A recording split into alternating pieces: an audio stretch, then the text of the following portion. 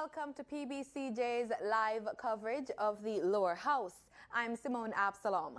The session will start with prayers followed by a roll call of those in attendance. This is usually followed by questions and answers to questions, statements by ministers, items on the public business, and private members' motions. Before we begin, though, let's try a parliamentary trivia question. According to the standing orders, no member is allowed to address the House or a committee of the whole House for more than 30 minutes on any subject. Is this true or false? Get the answer at the end of this introduction to the Lower House. The answer will also be posted on our Facebook page. On the agenda in this session, the Minister of Science, Energy and Technology, Favour Williams, will make a statement. Also on the agenda, private members' motion number 78 at item 31 is to be debated. Members are being asked to discuss and examine the current and future development plans of the government regarding adequate drainage systems. Also on the agenda, the sectoral debate continues. Minister of Labour and Social Security Shahini Robinson is down to make her presentation. Dr. Wickham McNeil is also set to make his contribution to the sectoral debates. Every year, following the budget debate,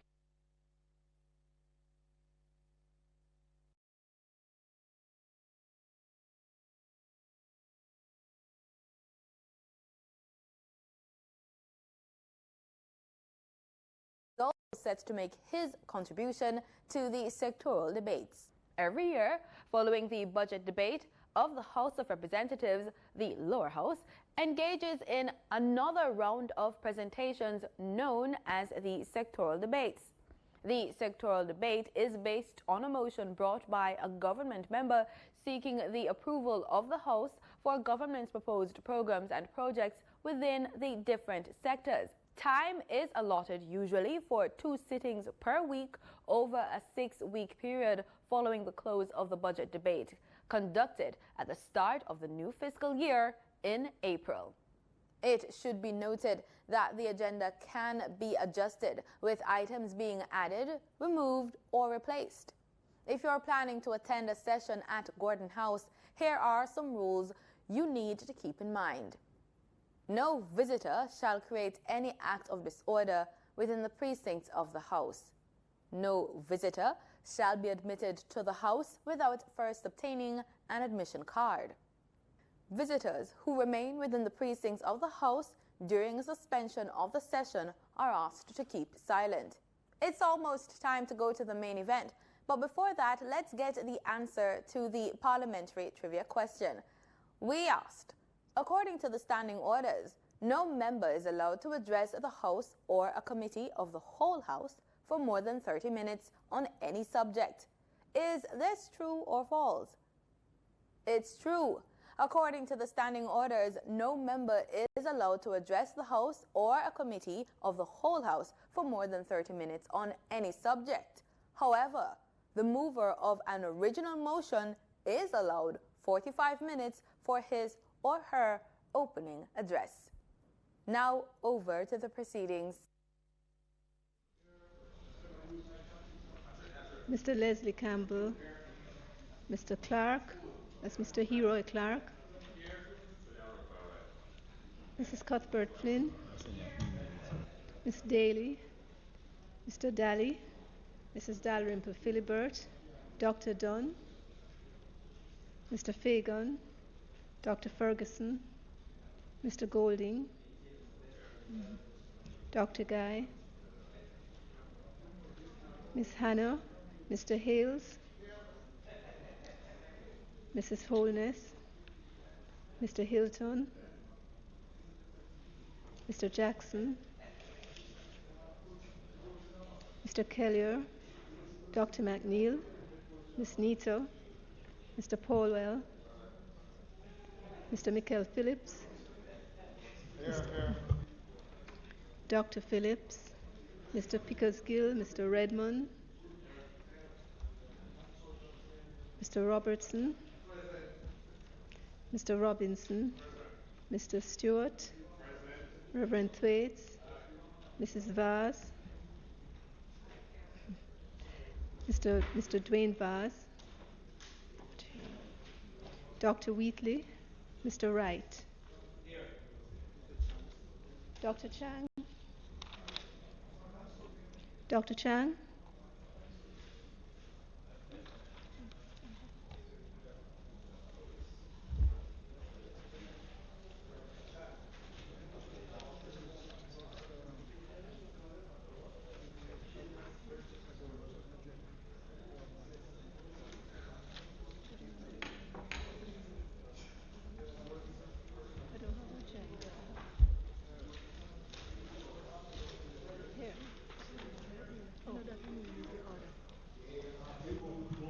Statements, Ministers.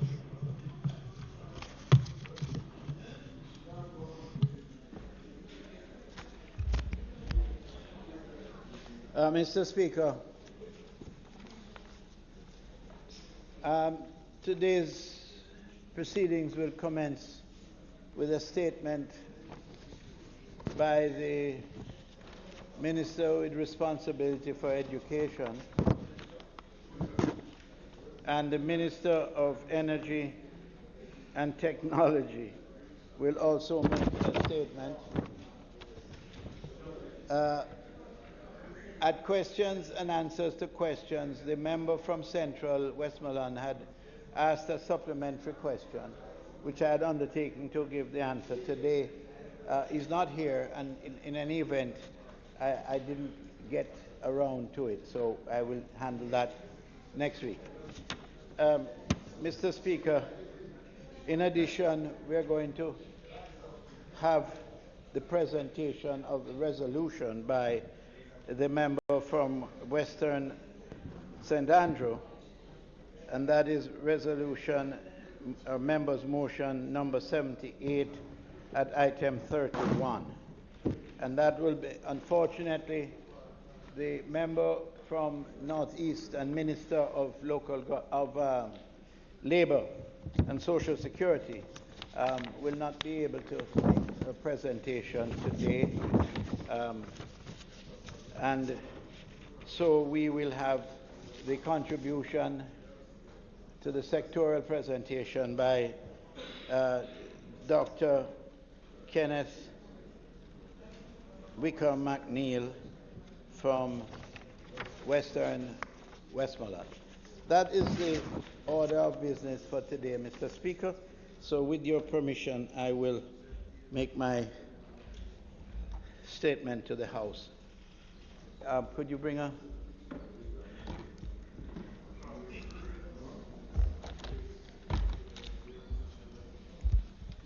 Thank you.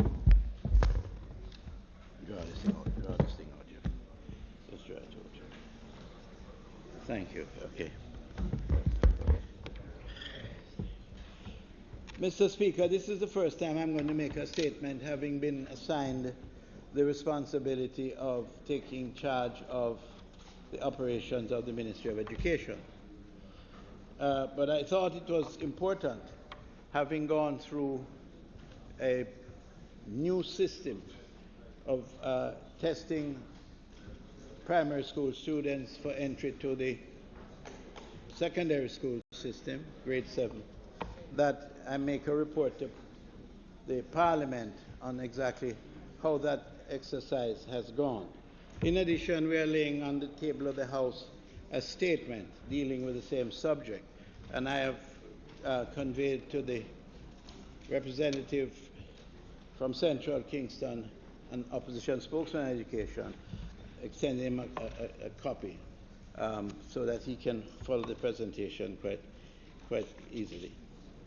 I take this opportunity to update this Honourable House on the results of the inaugural sitting of the primary exit profile exams, which were administered over the period February, March, and April of this year.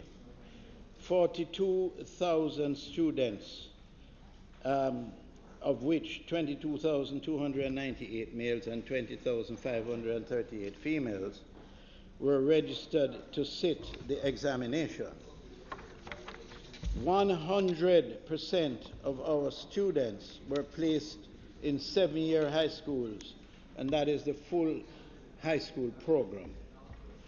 The ministry was able to achieve this as a result of the provision of additional classrooms to a number of our schools and the phased upgrading of Stony Hill Primary and Junior High, Discovery Bay All Age, as well as the commencement of the process for micro-practicing school. Additionally, 32,155 or 80% of students were placed in one of their preferred choices, and they had provided 7 choices that were their preferred choices in which they would wish to be placed, and 80% of those, there are 7 choices, but in most cases it dealt with 1 to 5. Their 5th choice was the last. Since 2015, parents have been given the opportunity to indicate 2 additional schools, which is in addition to the 5, making it 7. And that is how you come up with a difference between 5 and 7. These 2 additional choices were selected from a cluster of schools that were within a 10-mile radius of their attending schools, so that they didn't wish to have the children go to be extended outside of a 10-mile radius. So wherever possible, it would be restricted to 10 miles for them to have their selected choices. 14%, that is 5,903 of the students, were placed in secondary level schools that are in proximity to the schools they currently attend. A further 2,353 students, or 6%, were placed manually in secondary level schools in approximate to the address they submitted. Before I move on, Mr. Speaker, let me point out that we placed more students this year in schools of their preference than we have done before. Last year, 30,789 students were placed in schools of their preference. This year, 32,155 students were placed in schools of their choice.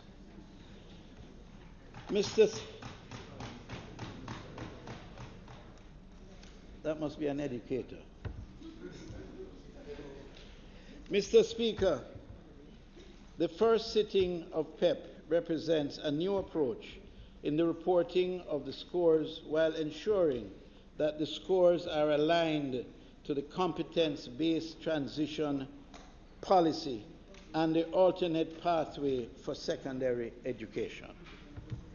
One of the major goals of the National Standards curriculum is to enable students to become critical, reflective thinkers, creative problem solvers, effective communicators, and natural collaborators.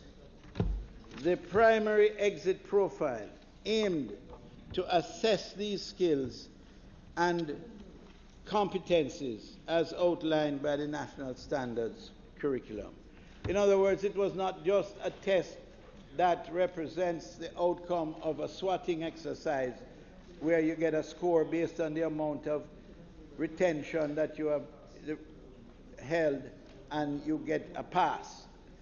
In this test, we sought to assess virtually the whole personality of the student and to determine those areas of strengths and weaknesses for the purpose of strengthening those areas where they are already strong and for building those areas that they show signs of weakness.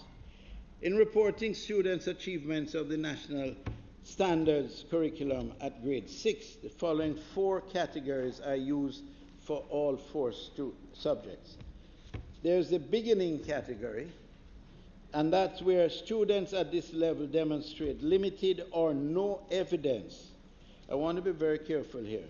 Limited or no evidence of the required competence necessary at grade 6. Not at grade 7, but in grade 6 class where they are sitting the exam, they have shown no evidence of the required competence necessary at that level, as specified in the National Standards Curriculum. These students will need intensive ongoing academic support at the grade 7 level. It is important to pause here to indicate that the strategy going forward is not to separate these children, thereby giving them a sense of inadequacy and failure, but to incorporate them in the grade 7 programs across the country, but with facilities to give them special attention, special training, so that they would be able to develop. Second category is developing. These students at this level demonstrate partial evidence of the required competence necessary at grade 6 level, as specified in the National Standards Compliance Curriculum. These students will need targeted academic support at grade 7.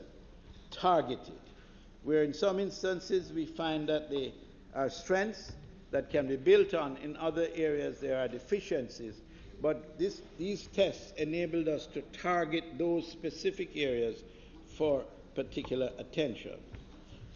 In the area of proficient, students at this level demonstrated adequacy and gave evidence of the required competence levels at grade 6 as specified in the National Standards Curriculum. These may need minimal academic support and/or extended learning activities at grade 7. Limited. And the final category, highly proficient. Students at this level demonstrated an advanced level of competence necessary at grade 6 as specified by the curriculum. They may need extended learning activities at grade 7, but they are the most equipped to deal with the subject matters that will be required of them in grade 7. Overall, students performed well in this inaugural sitting of the primary exit profile. Mr. Speaker, the results from students' performance in the various subject areas shows that less than 10% of all students are at the beginning level. The lowest level, where they show no ability to deal with the matters taught to them up to grade 6, there are less than 10%. This means that less than 10% of the students who sat the examination demonstrated, as I said, limited or no evidence of the required competencies and skills for readiness in grade 7 in all subject areas. Hello. Mr. No. Give me a glass of water now.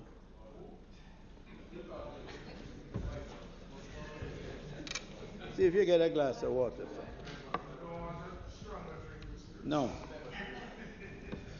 The students who are categorized as beginning will need, as I said, intense ongoing academic support in grade 7. Understand this. These are the ones in beginning who are in grade 7.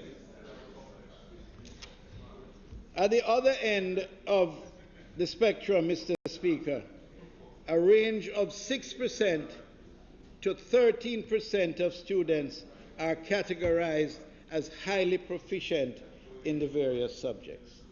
This means that these students demonstrate an advanced level of the required skills and competencies for readiness in grade 7. Based on the students' performance, it is evident that the Ministry of Education, through this strategy, is on the right path.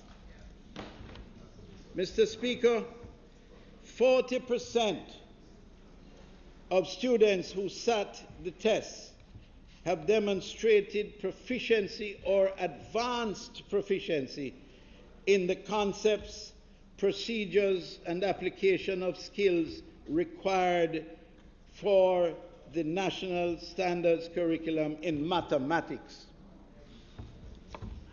while 52% of the students are considered to be developing in the area. Let me read that again. 52% of the students are considered to be developing. It must be noted that of this 52%, there are 14% of students who are on the cusp of moving into the proficiency category. What that means is that when we do the percentile with a range, they're at the top of the particular range. So they are on the cusp of moving into the next category. So we are very hopeful that with the proper techniques being used in the schools, that we will find them moving up the scale.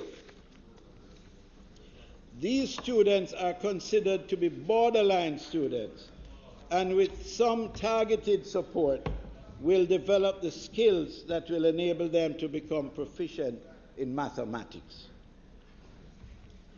In the area of language arts, Mr. Speaker, 55% of the students who sat the test have demonstrated proficiency or advanced proficiency in reading, writing, and research skills required by the NSC in language arts, while 36% of the students are considered to be developing.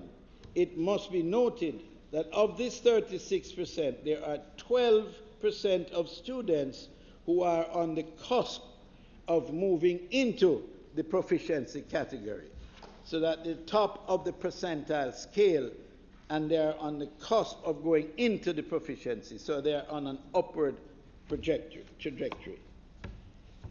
These students are considered to be borderline students, and with some targeted support, and I want to emphasize the terms targeted support, will develop the skills that will enable them to become proficient in language arts.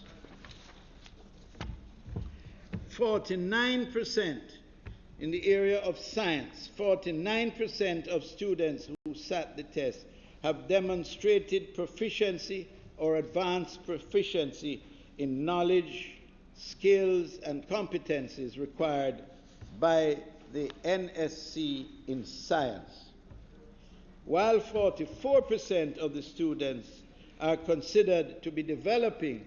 It must be noted that of this 44%, there are 10% of students who are on the cusp of moving into the proficiency category. This distinction is important to understand that we are anticipating a larger number of students entering the higher category as we go forward with our program of training. These students are considered to be borderline, as I mentioned before. The analysis of the student performance in social studies showed that 63% of students who sat the test have demonstrated proficiency or advanced proficiency in knowledge, skills, and competencies required by the NSC in social studies. That is the best performing category in the test. It is important to note that of the 4 subject areas, students' performance in social studies had the best outcome.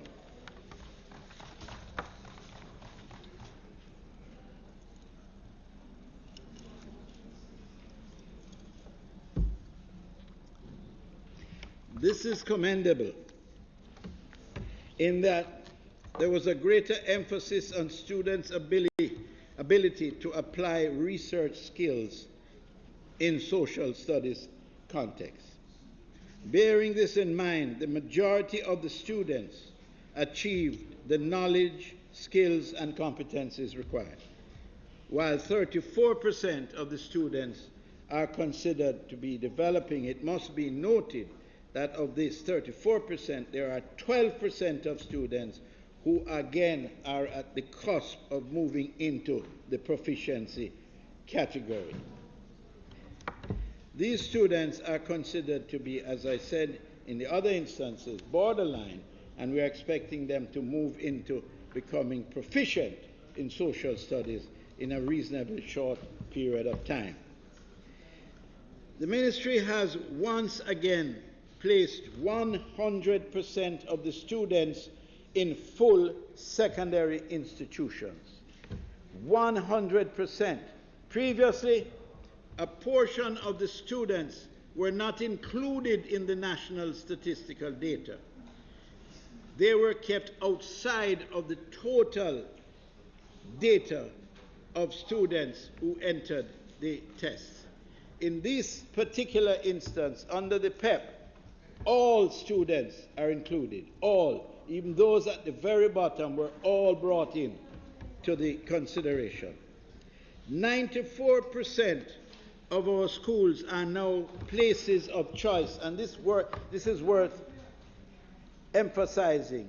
94% of our schools are now places of choice, in that students are now selecting a variety of schools as their preference schools for placement. Mr. Speaker, were we to be in a position to have more schools enjoying the reputation of some of what we might call the more traditional high schools, with a big reputation and good performance, if we broadened the base, then this contentious situation that we have every year would not exist, because there would be an adequacy of placements across the island so that every student would feel satisfied to select any of the schools that are available. We are not there yet, but that is the direction that we are moving in.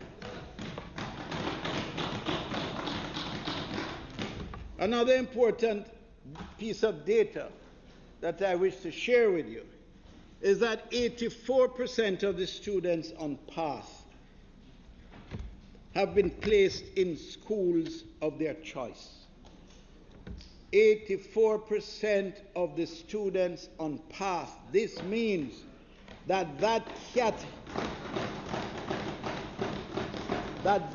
category of student, these are the students who are challenged and have to be assisted through PATH. And the fact that 84% of them could have gotten their school of choice is quite remarkable, despite their challenges.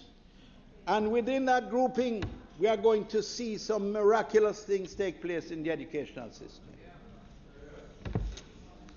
Special needs students who were so identified have been placed in schools with the appropriate facilities. Special facilities are provided for special needs students. Those who did not indicate the special needs on their registration form will be accommodated in special schools once brought to the attention of the ministry. So we're not leaving any child behind. Once you indicate and it's brought to our attention, we will be attending to them. The ministry is providing an individualized report for each student. There has been a lot of talk about individual scores and individual reports. And this is really in answer to the question asked by my learned friend last week. And the fact of the matter is, member, we will be publishing the individual scores and the results of the tests that were taken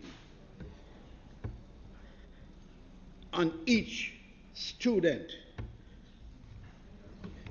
And that will be released within a matter of days. We are expecting that that will be released next week, if not by the end of this week. And that should satisfy a number of persons who have been apprehensive and have adopted a posture of doubt. We want to remove all doubt as to the quality of skill and expertise that was brought to bear on this exercise in the interest of the children. The results for the secondary levels, that is, receiving schools, will be available online by 6 a.m. on the 5th of July. So you can go online and you will see these scores. Mr. Speaker, in concluding, I take this opportunity to express thanks, particularly to the team at the Student Assessment Unit, who coordinates, and that the administration of the PEP, as well as to the other members of the ministry who played a supportive role. Let me make it very clear. Persons who are not directly involved, armchair philosophers, doubting Thomases, I want to make it absolutely clear that as the person at the wheel in the ministry, I saw firsthand the quality of work by the people who work on these things. And words cannot express our thanks and appreciation for their effort and contribution to the educational system.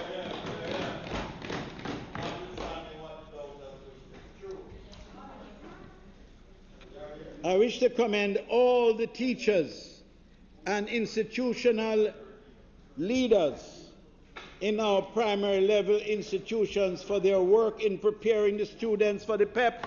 These kids are among the brightest set of children ever to take tests in this country. You only have to go to a school and talk to them, and you will see what I'm talking about, where they are so sharp and ready and anxious to move on up. They are moving on up, these children, and we are there to support them. The entire Ministry of Education, Youth and Information congratulates our students on their performance and wish them continued success in pursuing an education. The public is therefore being assured that we are moving in the right direction as it relates to the preparation of our children and their future, the whole child. Not that portion of the child that speaks to their capacity to recall, but their capacity to read, understand, and explain themselves. A rounded person is what we are striving to achieve for the future. Thank you very much, Mr. Speaker.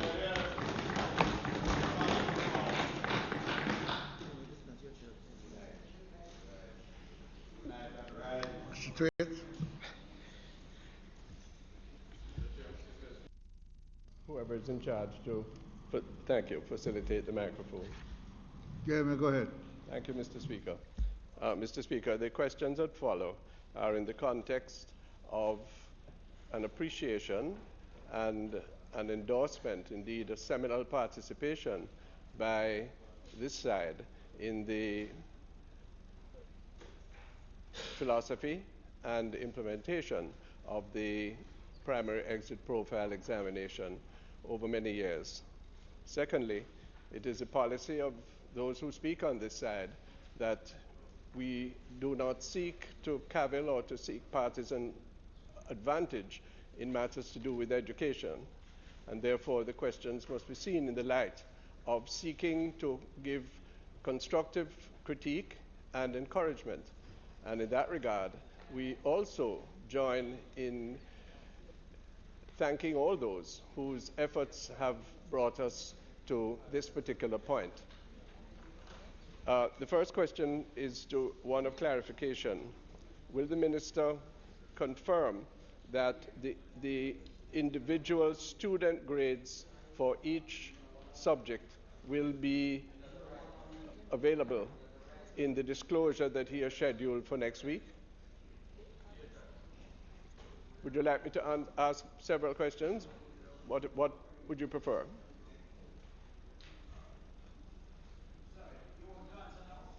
I'm seeking directions. Do you want one by one, or do you want a series and then you reply?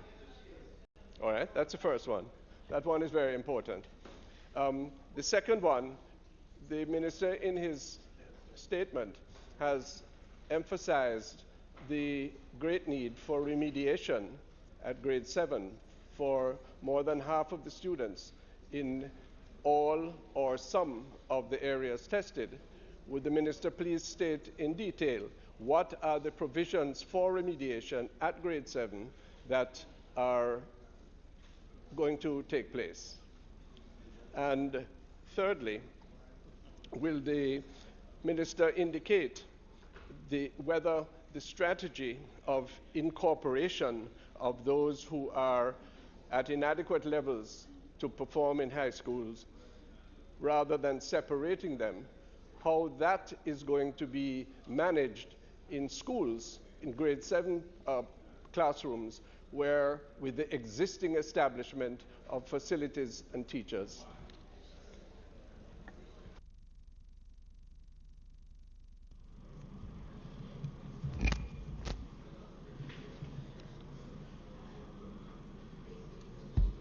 First of all, the grades, the marks that each student obtained will be published.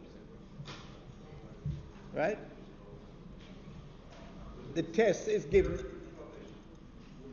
online. Online? Yes, online. The remediation is on the basis of additionally trained teachers. We are seeking to expand the number of teaching staff and to those teachers that would have been specially trained in remediation so that they can assist the children to the maximum. There are some that we will need where we have our greatest challenge is in the area of mathematics, science, and of course English language. Those are, as you know, the areas of greatest challenge. And we will be seeking to expand the number of teachers and the levels of discipline that they are particularly skilled in to give these students special attention, because the whole idea here is that we did not, and I welcome this immensely because it's something that has given me a lot of thought, although I wasn't in education. But there's nothing worse than when students sit in the same classroom and take the exam, and there are some who move on and they are left behind. And in some instances they are separated. So they are left to feel a sense of inadequacy, not having been able to keep pace with the others. The strategy now is to be inclusive and to try to make those who are more advanced even influence those who are lesser developed, so that we are going to be impacting on those through a collaborative approach, mixing the children together and creating a sense of confidence. Because the child who is left behind and does not get remedial work done with them will eventually carry that resentment throughout their lives. And it will impact on them later, and those are the prime targets for gang membership and so on, because of that sense of inferiority. And jealousies develop in the society. And that goes with them right through society, right through their lives, even after they are finished with school. And we're making attempts now to cut that and be more inclusive in our approach. And on the question of your last question was on how are we going to deal with the physical situation of having the beginners with the proficient students in the same class. In the same class. They can't be taught in the same way in the class with the proficients. what is going to be done is they are going to be channeled into different parts of the facility where they'll receive specialized training, but brought back into the total cohort as a part of the student body. So when you say to a child, where are you going to school? Well, child says, take a school, I'm going to Excelsior. Now, previously, if that child had not done well, that child would have been left behind. But now that child was given an opportunity to make a choice. And based on the marks they got, they happen to have ended up in Excelsior or whichever, Arden, whatever.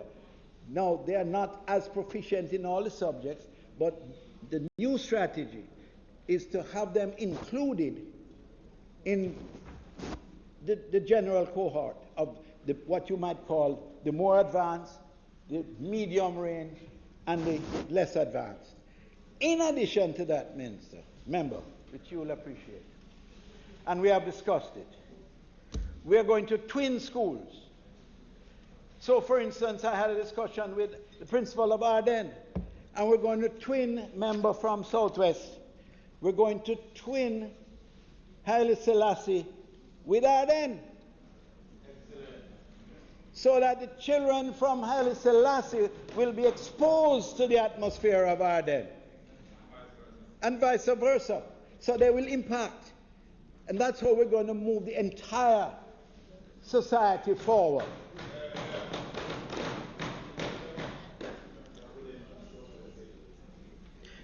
In the question of separation, the majority of them are really only going to be separated for maths and language. Maths and language. And so those subjects that they weren't able to cope with at the grade 6 level, through separation and specialized attention in those 2 years which are critical along with sciences, we will get them prepared to move into grade 8 and onwards. And I am absolutely certain, based on the programs outlined to me, I'm absolutely certain that next year, not only are we going to see higher performance levels, but we are going to see an improvement in the total performance of the entire cohort throughout the country in the areas of maths, English, and science. Mr. Speaker, will the Minister state how many additional teachers and with what qualifications will be provided, beginning when, for this extensive program of remediation, which he posits will be able to overcome the ineffectiveness of some 6 to 8 years of previous education? Will the Minister also indicate what additional sums of money are going to be available to those schools which have this particular challenge? Will the Minister appreciate that those who are engaged in, who have difficulties in these fundamental subjects, don't go to Excelsior and Arden? They are concentrated in other schools, which the question is, will he be able to provide additional resources in time for their additional care? Mr. Speaker, will the Minister please apprehend the challenges? There's one particular school, and it's by no means exceptional, where 70% of the grade 7 students are entering reading at grade 3 level. That's not unusual. The results bear that out. And I'm anxious to be assured by the Minister that this miracle of remediation, which he posits is going to take place in grade 7, so that everybody can escalate on a reasonably equal level in grade 8 and onwards, is provided for. This side wishes to support that wholeheartedly, but is very skeptical that either the funds or the human resources are available in time for that to take place. And would the Minister further answer whether or not this period of the summer, this valuable period of interstice between the grade 6 experience and the grade 7 ought not profitably to be used to take part of the burden of this remediation rather than be not so used.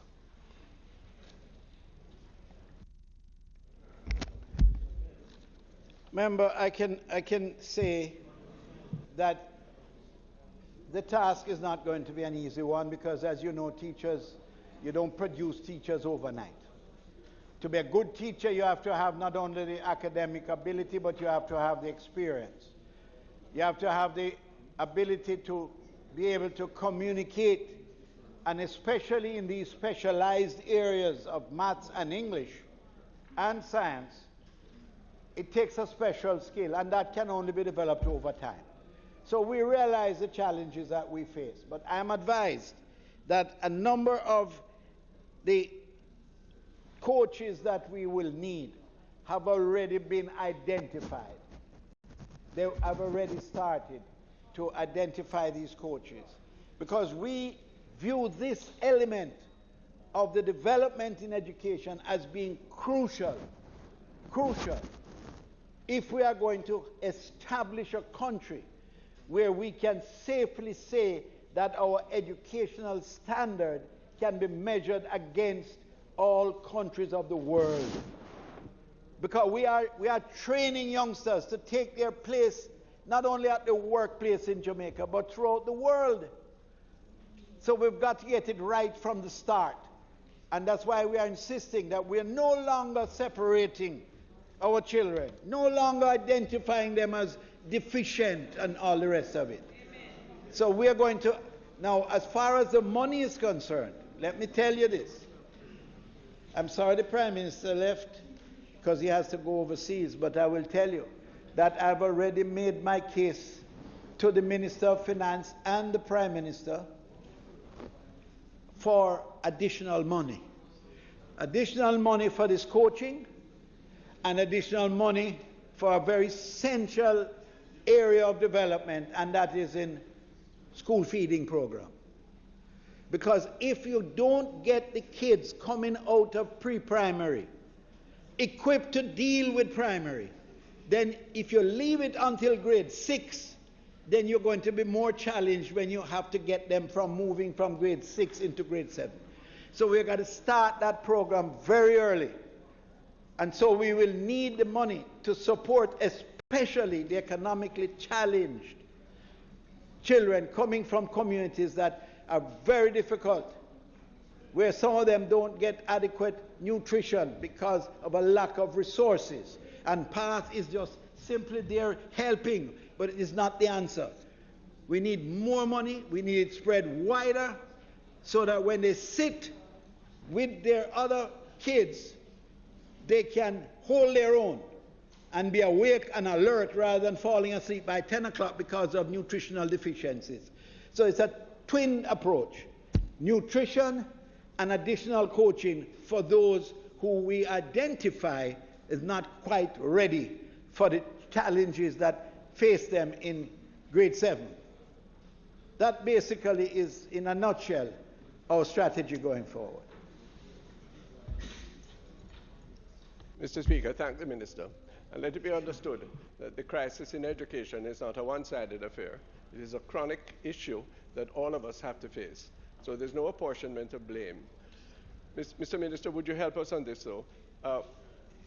The coaches that you speak of and the hope that you have that they can actuate this entire remediation of probably more than half of all the students going into grade 7 within 1 year.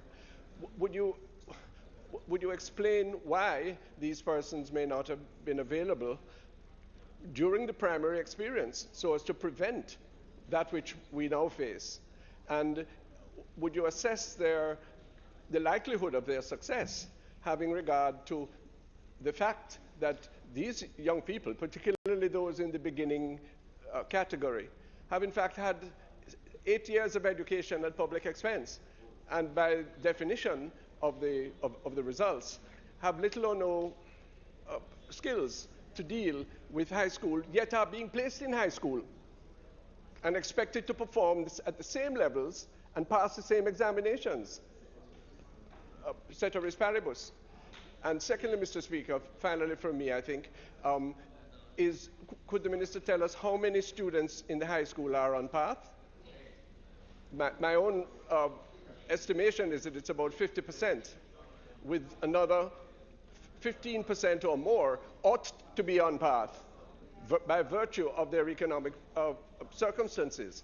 And we need to understand the gravity of that problem in order that the very laudable commitment that the minister has spoken of for additional resources can be properly supported.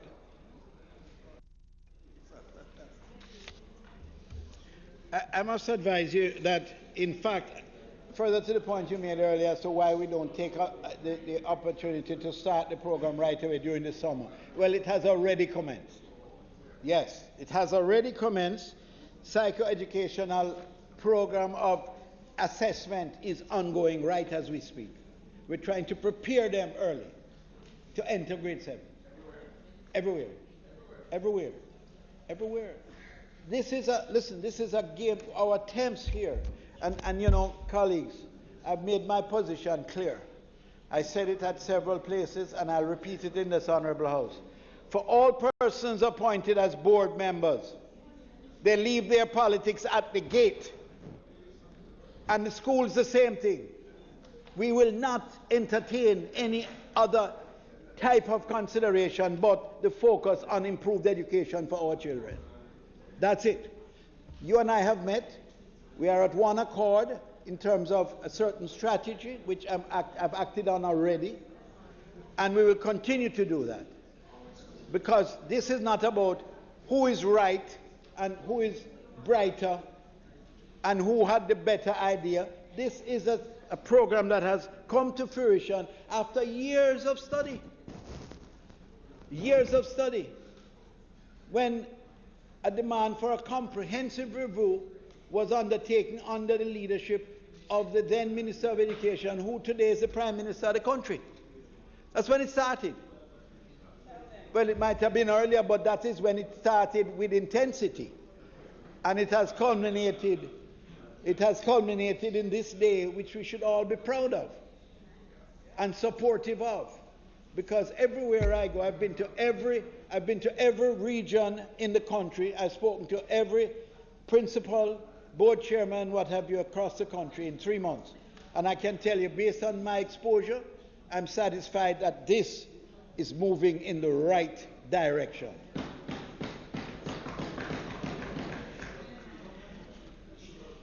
You're right. 50% of the cohort are on path.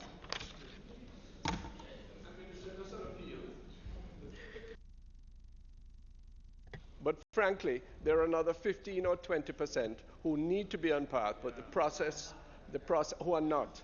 And therefore, in terms of the inclusivity of which you aspire and which we thoroughly support, the Ministry of Education is encouraged to see to how those can be engaged. Because if you don't, then they become another set of casualties. Yes. And none of us are served by that. Thank you. Thank you. Minister, many of the students at the beginning and developing levels have grave social problems and are in need of psychometric testing. Currently, we have the Microcare Center as the only facility in the island, and it is overburdened. What plans are there to increase other centers, to provide other centers, and to increase the budget for those centers there?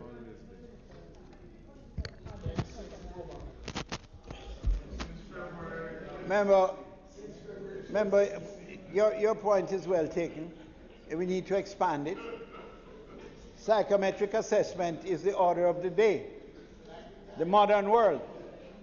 And when people speak about absolute scores, let me make it clear that using scales, which means that if you're at a certain level of proficiency, you fall within a range. So you don't identify the bottom and you don't identify the top as an individual student, what they got. They are in that range. So here again, you remove the stigma. You remove the stigma, and that's what we want, because this exercise is not to really, although it is important and useful, it is useful only to place the students. It is only useful to place the students. After the students are in school, then the program, as you say, of assessing, continuous assessment, training, improved teaching, improved nutrition, everything that goes into making the whole person. So that as a country, when you speak of a Jamaican educational system, you can be satisfied that you are among the best, and we are offering the best across the world. Forget about all these great big countries. We can be as good as anywhere else in the world if we adopt a policy of collaboration, cooperation, and understanding of the issues that we face. So your point is taken. I will examine the specifics for you and let you have it. Or ask your spokesman, just give me a call. He knows my number. We communicate.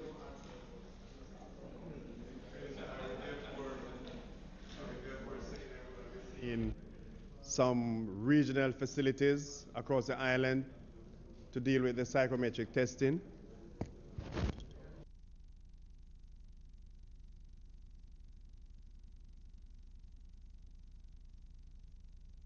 I mentioned earlier, member, that we have engaged coaches, and we have categorized pathways for students who need special help.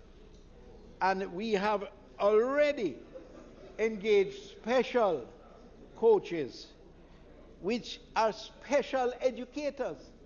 These are not just your ordinary teacher who get up and teach a class every day in maths or English. These are specially trained educators that we have already commenced the engagement of these people to do exactly what you're talking about.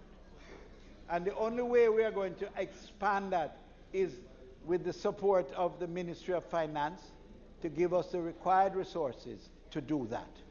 That's the objective, so that every child has an equal opportunity.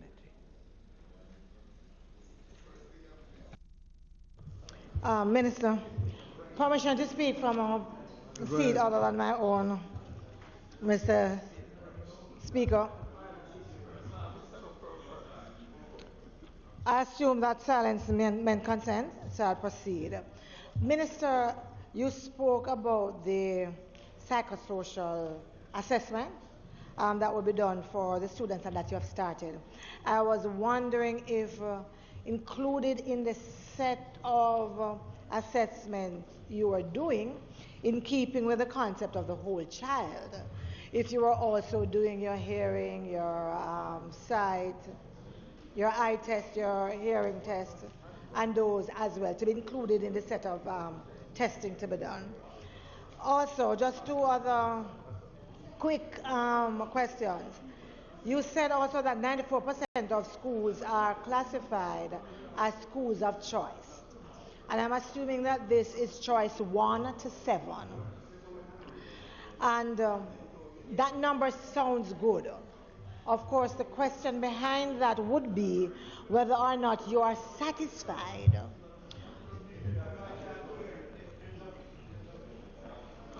the speaker doesn't. I was saying that you are saying 94% of our schools are included as schools of choice. 94%. But the question now goes to whether or not you're satisfied. If you were to put all this 94% on a list, and you were to do an assessment and audit of each of these institutions, would you be satisfied with the quality education that they are able to deliver based on the resources that they have available? Because I believe that is also an important part of it. And then finally, there are students who, either because for whatever reason, for several different reasons, are placed at schools that are within a certain radius of the primary school that they are coming from. And I believe, Minister, in that is an inherent bias and prejudice and discrimination against those individuals that are not able to afford going to a school that would be either associated or near to one of those high schools that would be preferred. And I was wondering what thinking you had in terms of getting rid of that discrimination, because there are some individuals who go to the school that is closest to where they live, and therefore they are not close to one of those high schools that anyone could think of as one of choice. You know, for the life of me, I don't remember the school, the name of the school in Portmore. Cedar Grove? Is it called Cedar Grove? Cedar Grove Academy. All right. That school is emerging at a rate that hitherto was not considered sufficient to encourage a student who passed for Campion to refuse to go to Campion but to stay at Cedar Grove. That is the whole secret of what we're trying to achieve. That when we raise the level of the schools in all areas, including Haile Selassie, that to go to Haile Selassie, despite the challenges, would provide them with a level of training that would enhance their ability to make a decent living and to move their lives forward. That's the overall objective. You ask about the natural in human nature to be prejudicial towards certain locations, etc., and the limits that are placed on the learning ability of students in those environments. It is existing. Of course it is. And some of the children choose them instead of trying to go up to Immaculate up in Hope Road, up in Constant Spring Road, because they are comfortable in their setting, in their environment. Now, because of the challenges of violence, etc., the attentiveness and the level of concentration that is afforded them is not as great. Our task is to make those facilities increase in efficiency, the teachers increase in tolerance and intensity of focus on what is the mission at hand, and that is to educate children. We visited Haile Selassie together, and we saw that their marks in mathematics, I won't even bother to announce that level here. It is so depressing. But the reason, of course, as I indicated when I spoke to them, there's not enough focus on mathematics because it's easier to teach them other things that they excel in. And as a result of that, a lot of students drop out of the system or are overlooked because their natural born abilities are not brought to bear on the problems that mathematics offers. But if they were trained properly, and if they were made to feel that it is something they can challenge and overcome, we would find a greater performance in those schools. It is a major challenge, but it is one that we have to confront, and we're trying to confront that with these special educators who are trained to teach people, the children there properly. That's a strategy.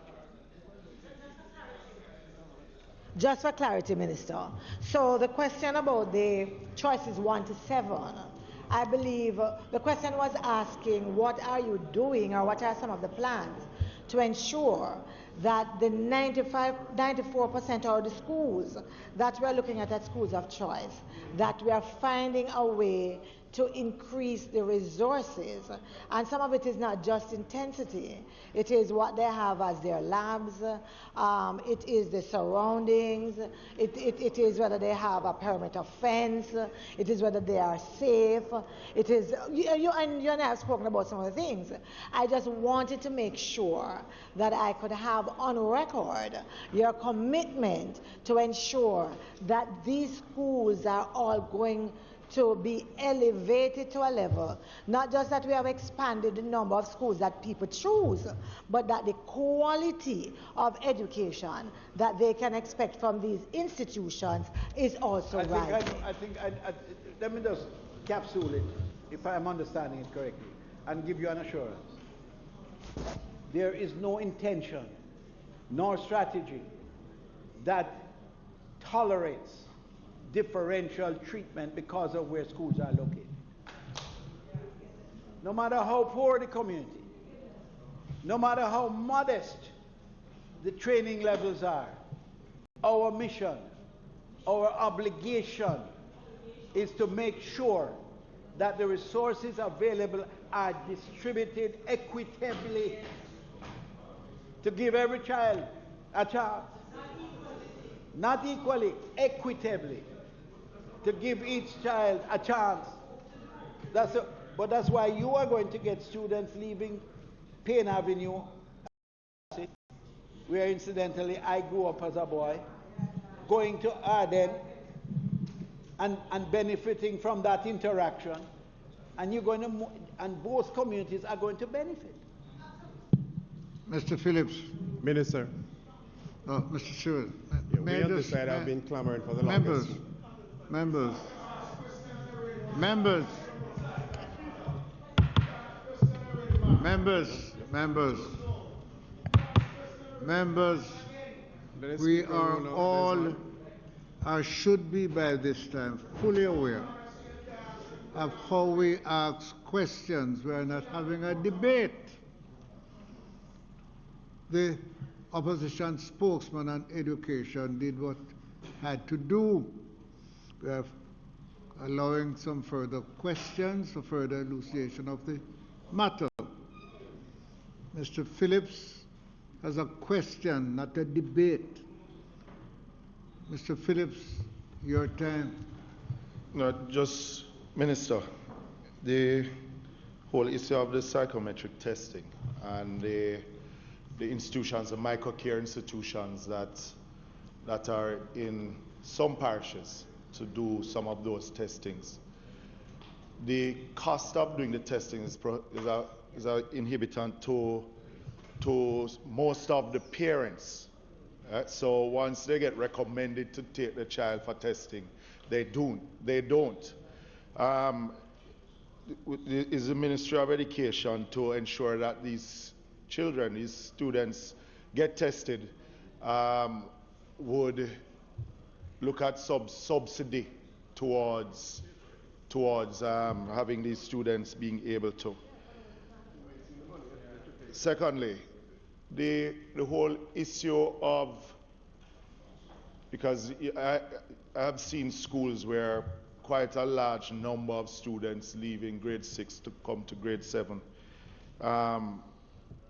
Still not at the reading at even grade 3 level. Yeah? We keep on talking about fixing the system, but trying to fix it at the primary level, you're still not getting the results. So we need to fix it at the early childhood level. The certification of these early childhood institutions costs most of these institutions quite a bit of resources. Will the ministry look at a policy on looking at financing these especially the government-run institutions, financing them to the tune where they can be certified, but also after the certification there isn't any additional resources in learning, an additional trained teacher, so the students are not leaving any different after certification than before certification. Is there an intention by the ministry to look at the whole system of certification to see what additional resources, learning resources, that these institutions will get from the ministry? That's a very good question, because the truth is you put your finger on something that is very important in all of this. Our ability to assess That's all it's about, our ability to assess the capabilities of each child. Unfortunately, a large percentage of students do not enter the primary school system through the pre-primary system. For a number of reasons, the parents can't afford it. So the child waits until it is time to go to primary school. Imagine that you're going to go into a primary school system at a stage where the students you are going with have already had pre-primary training. So you start at a deficiency. You can't keep up. You lose courage. You lose faith. You feel angry because you're not able to cope. And you built into that child is a level of resentment and hostility and a sense of inadequacy. So it starts from that point. And what we must seek to do is to try to get more and make it mandatory that every child goes through a pre-primary process. Because if you don't get the kids early, by the time they get to primary school, you may think you have arrived, but you haven't arrived. You should have started earlier in the pre-primary stage. So to assess them through these psychometric units, if it's not now being provided by the ministry free of cost, we will look and examine the extent to which we identify the need and, if necessary, support more so that we can get assessments early so that the process of development will take place at an early stage. You understand what I'm saying?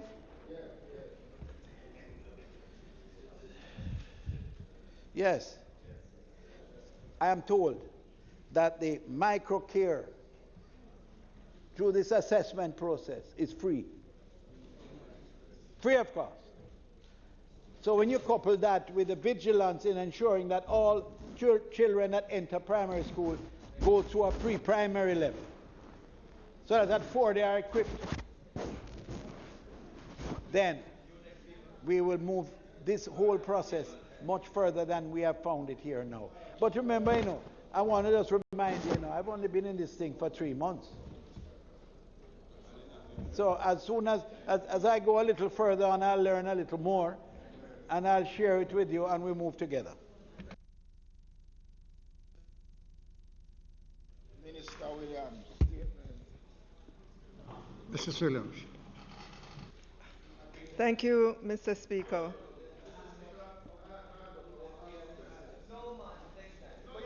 You're busy with campaigning, man. 1 minute, Mrs. Williams. 1 minute. Mr. Campbell. Mr. Campbell. Mr. Campbell, are you saying Questions? you have now finished your telephone conversation and you want to ask a question? I have some questions to the Minister of Education, sir. Members, I'm really going to take an opportunity at this time to say that members were told from the beginning of this parliament that texting and receiving texts in parliament is okay. But dialing and talking with telephone at your ear is not accepted. And I'm going to ask members, please, don't wait until the press start to criticize us. Let us live up to the standards set out in the standing orders. Mr. Campbell, you have a question? A question, not a debate. Proceed. Thank you, Mr. Speaker. And I have several questions. The first question is, in terms of the raw score or the percentage, what exactly does proficiency represent and what does advanced proficiency represent? That's the first question. The second question would be, in terms of comparatively speaking between this year and last year, how does the pass in math, science, social studies, and language arts, how does it match up this year versus last year? That's the second question.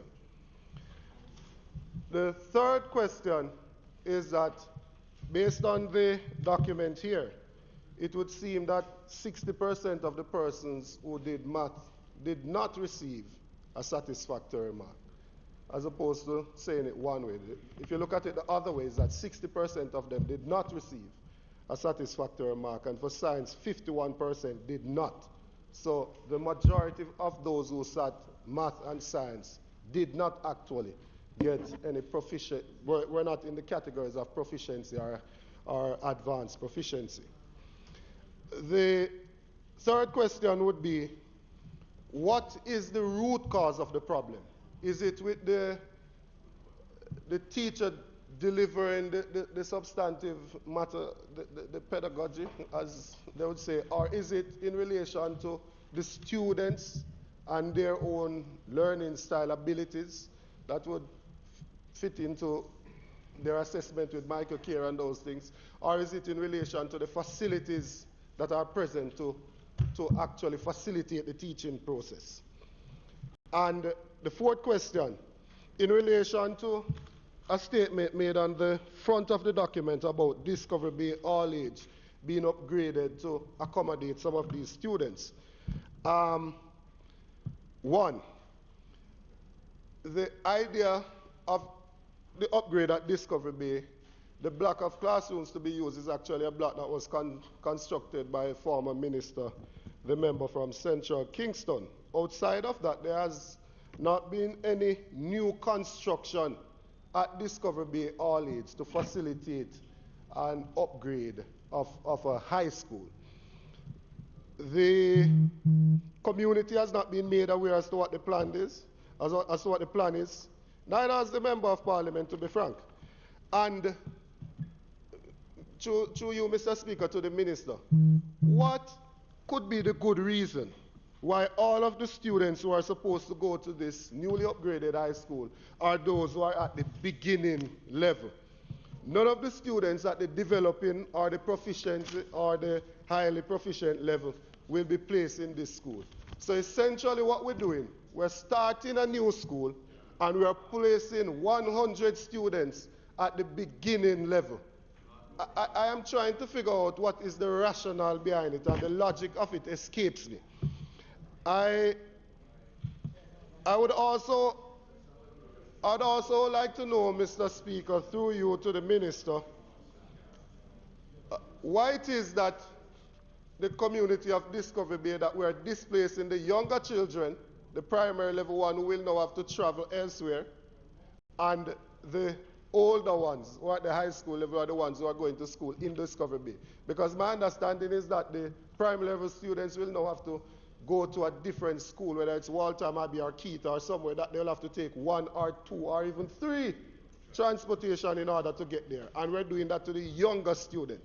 It would make more sense to me if the younger students were more central, and the older one who can better maneuver their way around would be the ones who would go out on the periphery. Also, for the construction that is to take place there, and also construction that took place at Brownstone High, the Caribbean Maritime University was responsible for construction. Now I want to know if CMU has the skill set to be doing construction of these facilities, and why it is that these things seem to have taken place without any adherence to the tender process that we've become also familiar with.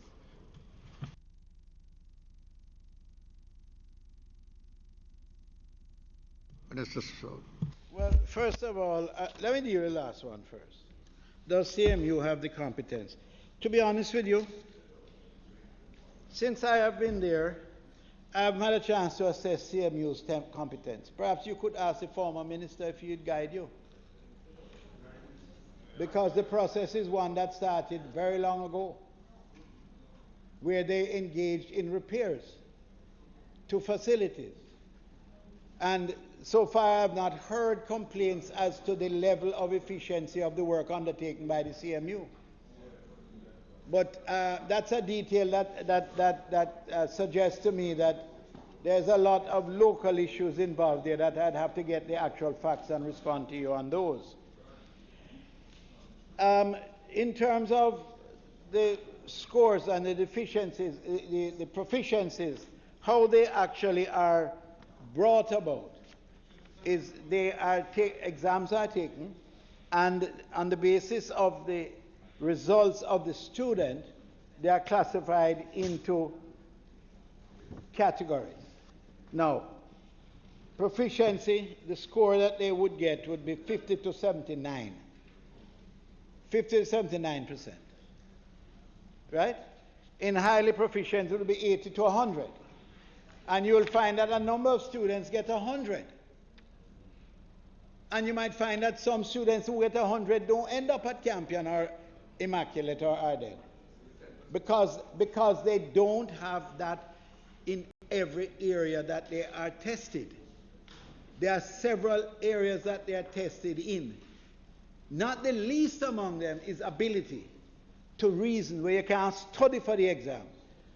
You're in Spanish Town and you want to get to Halfway Tree. What's the best route you would take?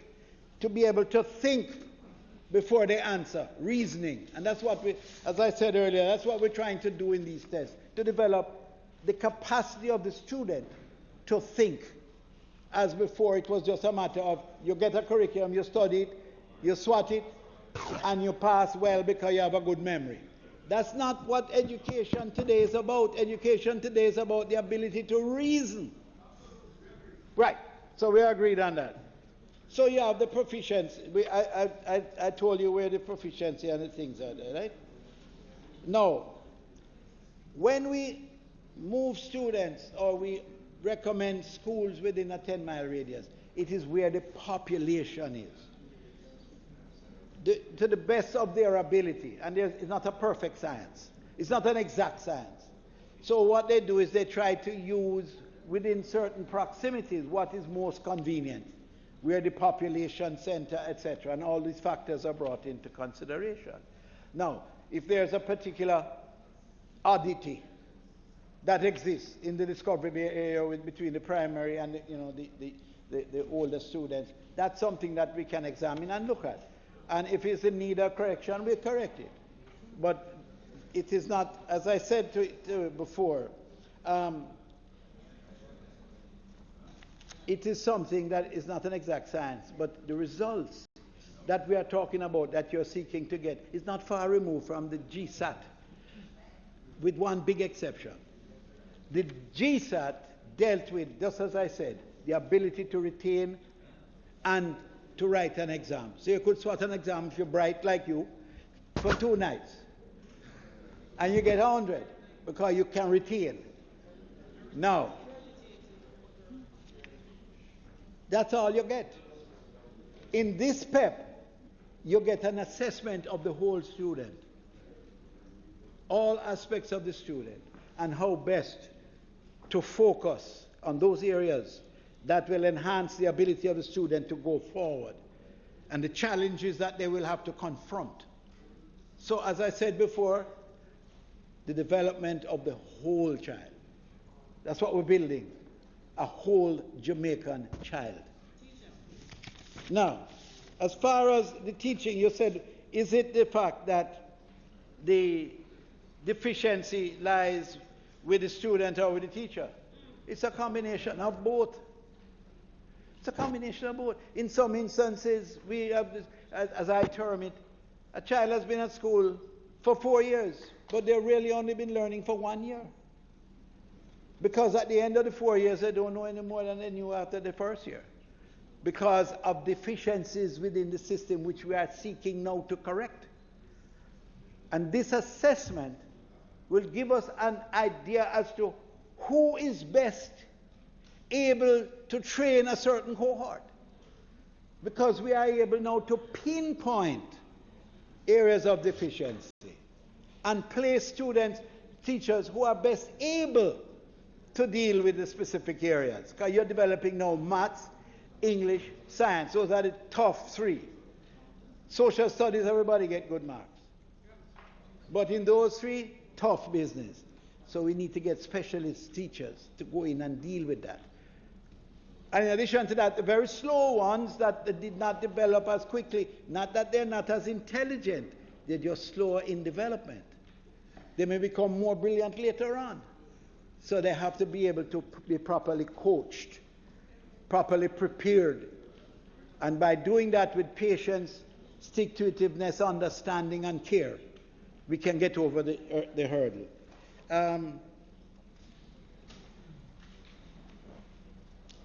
So quite frankly, member, what we have been doing is trying to introduce this new system with all the challenges that are confronted and try to deal with them individually and collectively as quickly as possible. So when the students go to school in September, they will not only have a nice clean school to go to, properly equipped with furniture and everything else, but they will have a new approach, a refreshingly new approach that will be able to be compared. So when you go to America and you say, what range do you have? And you tell the range, it compares with a child in America or in Europe, Finland, Italy, where have you. That's what we're seeking. We can't isolate ourselves in the area of educational testing. We must be able to stand the light of day and compare with other institutions across the world. That's the only way we're going to get these youngsters equipped to roll into the top engineering schools, top medical schools, everything. That's our strategy.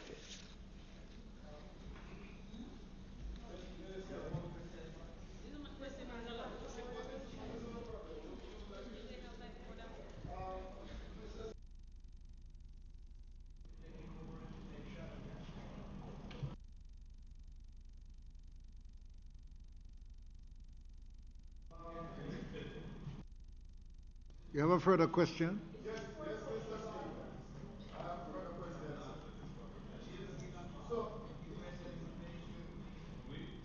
So essentially, if the raw score for proficiency is 50 to 70,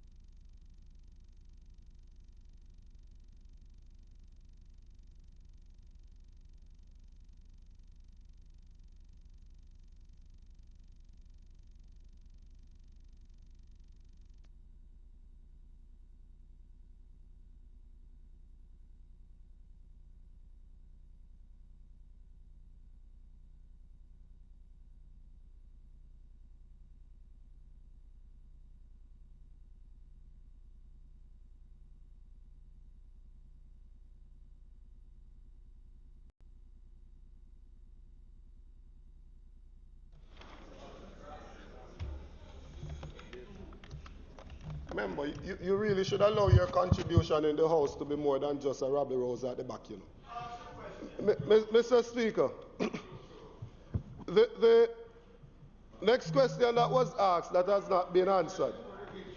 The 100 students who are being placed at Discovery Bay are all students at the beginner level.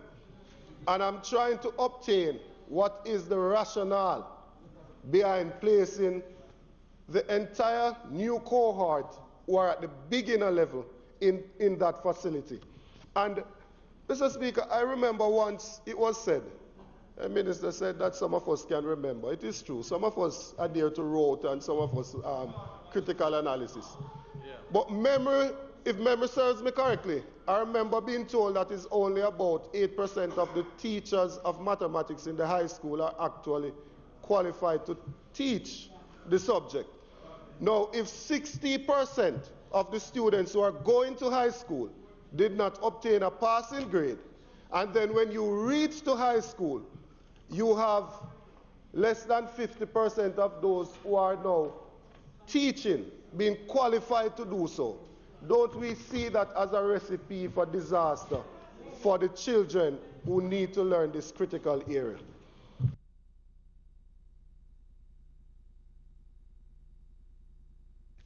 All right, well, first of all, you know, I earlier...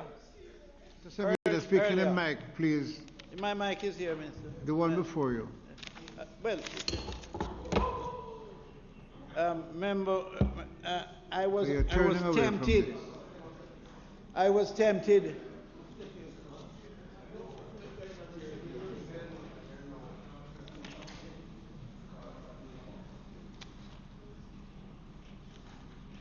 Did you get your answer? You prefer to get it that way? No, sir. Go right ahead. Oh, all right. All right. I was tempted when you asked the question to say that I need a little time to check the veracity of what you were saying. As it turned out, I nonetheless had the opportunity to consult with the leadership of the ministry, and they indicated that there were only 27 students, not 100, that were placed in Discovery Bay High School. Well, you need a new chairman, probably. But the fact is that it was only 27. And in any event, they are placed on the basis of their performance. Remember, understand me. There's no discretion other than those that are done manually, and it's a handful. I think it's about 3,000 manually. All students are placed by computer, which is by a certain formula that is worked out by experts. So there's no human element in the selection. What caused them to be there, my dear brethren, is their performance. And it happened that they did not perform to a particular level, and it would have been on their request sheet as to where they would like to be placed. So in both cases, they requested it, and in the other case, they didn't reach up to the levels that they would have liked to get so that they could go to other schools. But don't be worried about that, because the Discovery Bay School is going to be upgraded and is going to be made efficient, as is every school, which is our ambition, to upgrade all schools, so that no one has to worry about where they are placed. That is the point. You can't be worrying about where you're getting placed. You get confused with your education program. And our objective is to make them all improve, all the schools.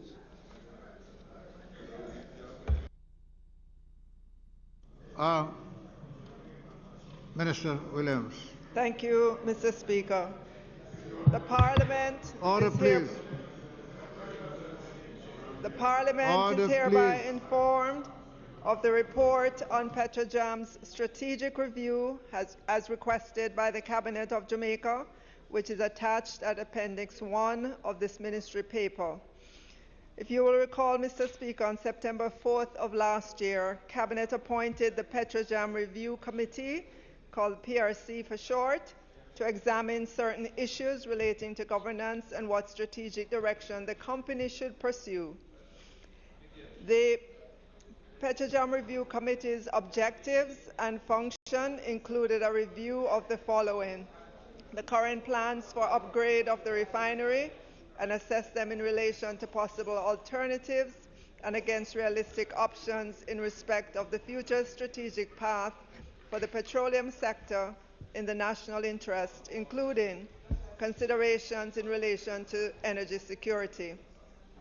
Another objective was the pricing policy, taking account of the regional and international petroleum products industry and market. Number 3, the structure, corporate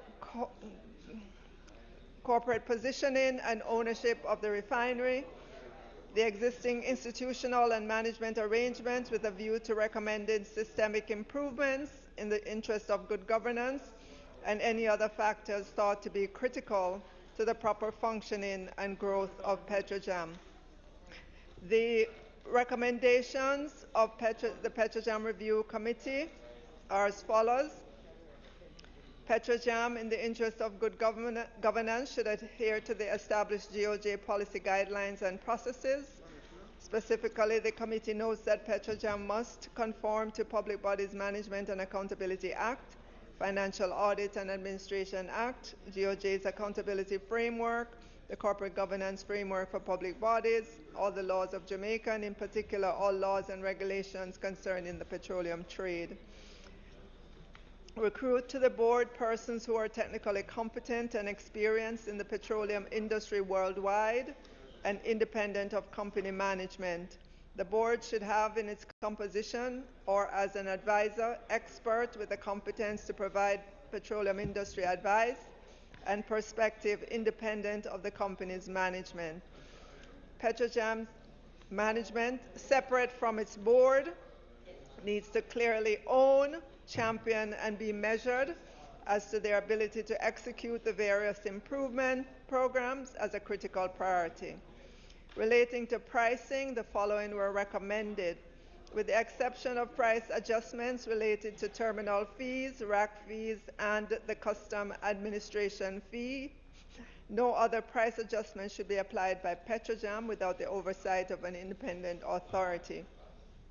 The impact of all price adjustments should now be reported by Petrojam separately on its financials, as keeping track of such adjustments above the CIF, which is the cost, insurance, and freight pricing, allows for a better understanding of the contribution of these market adjustments and facilitates the ongoing management and reporting of their impact. Government should immediately begin the process of establishing an appropriate regulatory framework for the petroleum industry, including oversight, with a maximum price at the terminal rack that incorporates the CIF costs, terminal fees, and taxes, but restricts or eliminates the use of other adjustments which are to be approved only by the nominated regulator. Regulation should also require that all terminals operating in Jamaica be obliged to post prices at the same time. GOJ should appoint an independent expert to the current pricing committee at Petrojam. This independent expert should be mandated to ensure that the prices posted by Petrojam adhere to the GOJ's new pricing policy. The Ministry of Energy should examine opportunities for increasing the number of marketing companies and instituting other measures to increase competition in the distribution and retail value chain. The review committee said transfer or active management of the refinery and terminal should be done to the private sector, as this provides the only credible opportunity to improve the operating performance of both entities while also mitigating the operating and project execution risk to the government. Government to commission a petroleum industry expert team to chart a course for the government's exit from the operational management of Petrojam. Petrojam to make every effort in the short term to maximize processing of sweet crudes to reduce production of high sulfur fuel oil and increase production of more marketable low sulfur fuel oil. Petrojam to immediately commence commercial investigation of the best arrangements for long-term supply of sweet crude feedstocks. Petrojam to also commence market investigations for the potential sale of low sulfur fuel oils. Further detailed feasibility studies be conducted as part of the efforts of the enterprise team to include a detailed engineering design that would determine the process plant improvements required for the refinery to enable processing extra light crudes such as the Eagle Ford or Permian crudes from the USA. Discontinuation of the pursuit of the VDU or the RUP, which is the refinery upgrade projects. Petrojam's management be tasked to undertake a major cost reduction effort with a targeted 20% reduction in current operating costs of the refinery. Petrojam management be tasked to implement an operations improvement program. Management should define with refinery consultants Solomon Associates the potential improvement in the operation that can be achieved and prepare a defined work plan to achieve such improvements. Further analysis of the potential improvements in operation of the terminal to allow for a lower cost operation, including demurrage costs, reception of larger product cargoes, product blending capabilities, and rack loading operations. Mr. Speaker, these are the major recommendations. I want to thank the 10-member committee team for their tremendous contribution of time and effort to this process. Thank you, Mr. Speaker. Mr. Paulwell. Mr. Speaker, as you can appreciate, the report having been presented today. In fact, just to be clear, I did receive a copy yesterday, but I'm unable to do the requisite consultation because I think there are some far-reaching issues that arise in the report which will require significant consideration on our part.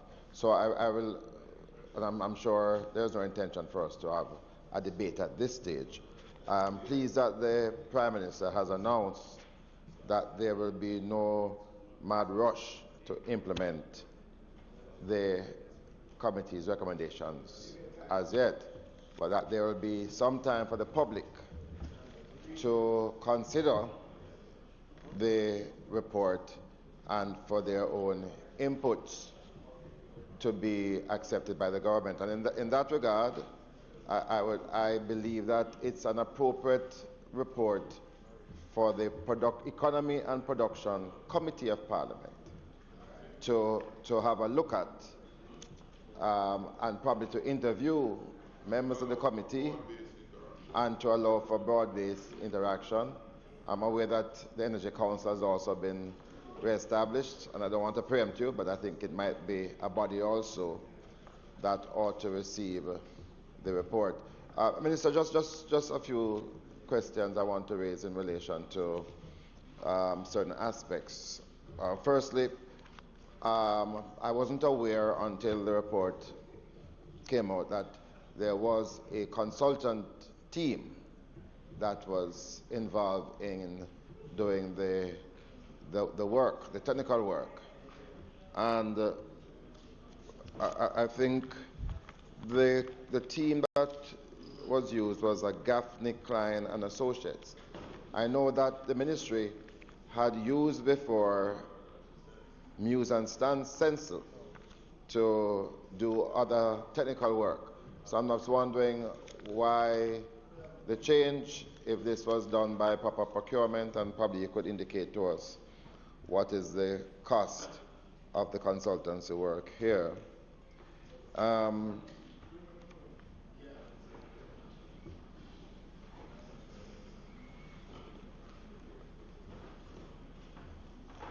Perhaps if you could just answer that, and then I'll just make one other comment.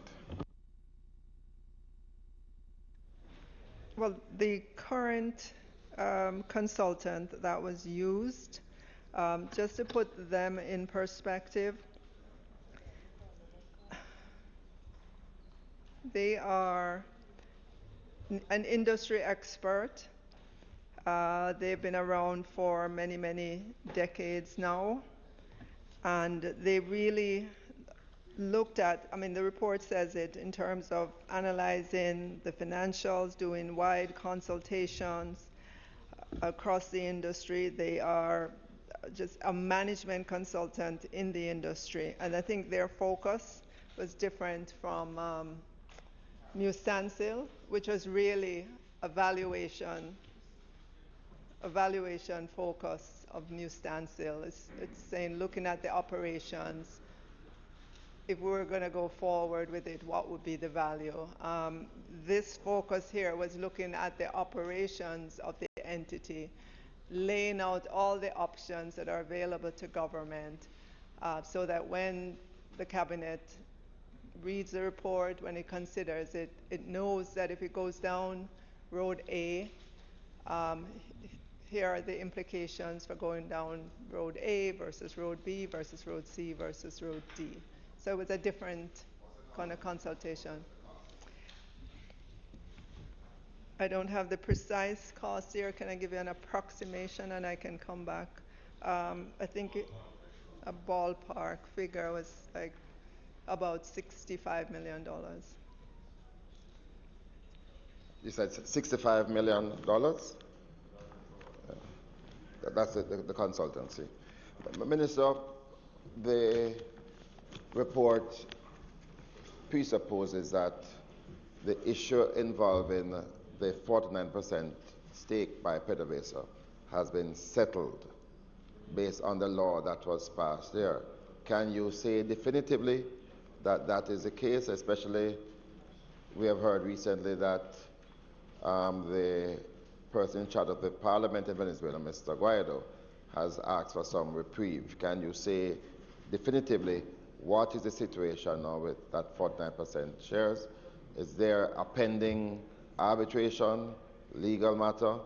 Could you just clarify for me? So based on the act that was passed in Parliament in February of this year, the government now owns 100% shares in Petrojam.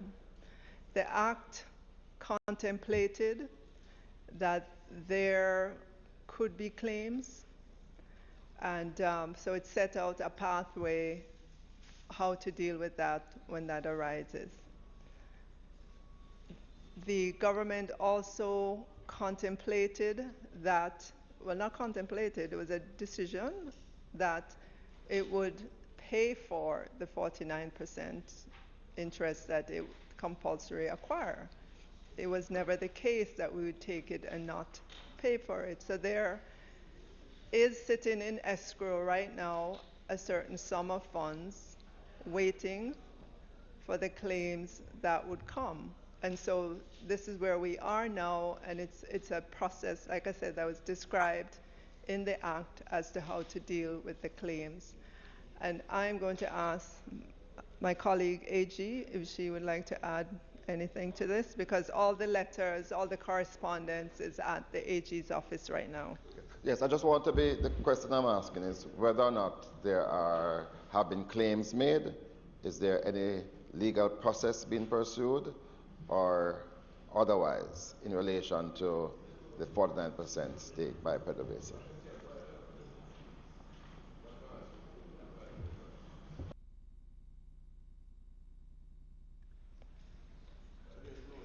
Okay. All right. Remember, I mean, as I said earlier on, the Act provides for there to be a claim on the funds, and we've been notified that this process is going to be or has been activated in terms of the claim. So it's the beginning of that process. So a claim or claims have been made by interested parties against the government of Jamaica in relation to the 49% shares? We've been notified of one claim from PDVSA, Kareem. And it's, it's in keeping with the provision of the Act. The claim has been made where, and you mentioned by PDVSA. Where has this claim been made, and where are we in that process?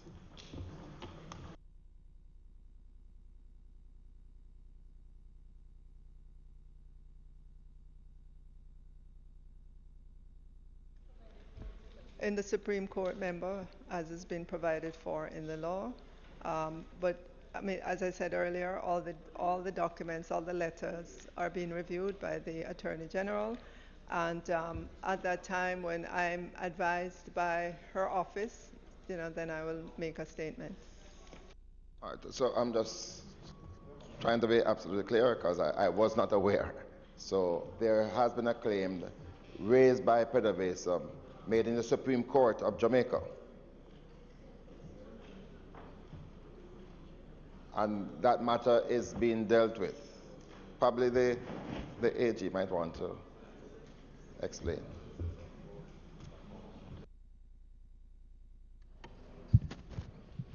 Member, in due course, the Minister will provide all of the information. We have been advised that the provisions of the law will be activated through the courts in respect of the compensation clause. I understand the desire to have the details, but as the Minister indicated, she will be provided with a full brief, and at that time, I do believe that she will make the necessary statement, ministerial statement, to update the Parliament. So we crave your kind indulgence until such time. Just going back to the report, I wonder if the Minister will agree that this is a report that should and could be presented to the Economy and Production Committee for full hearing and discussion. And you would agree with that process?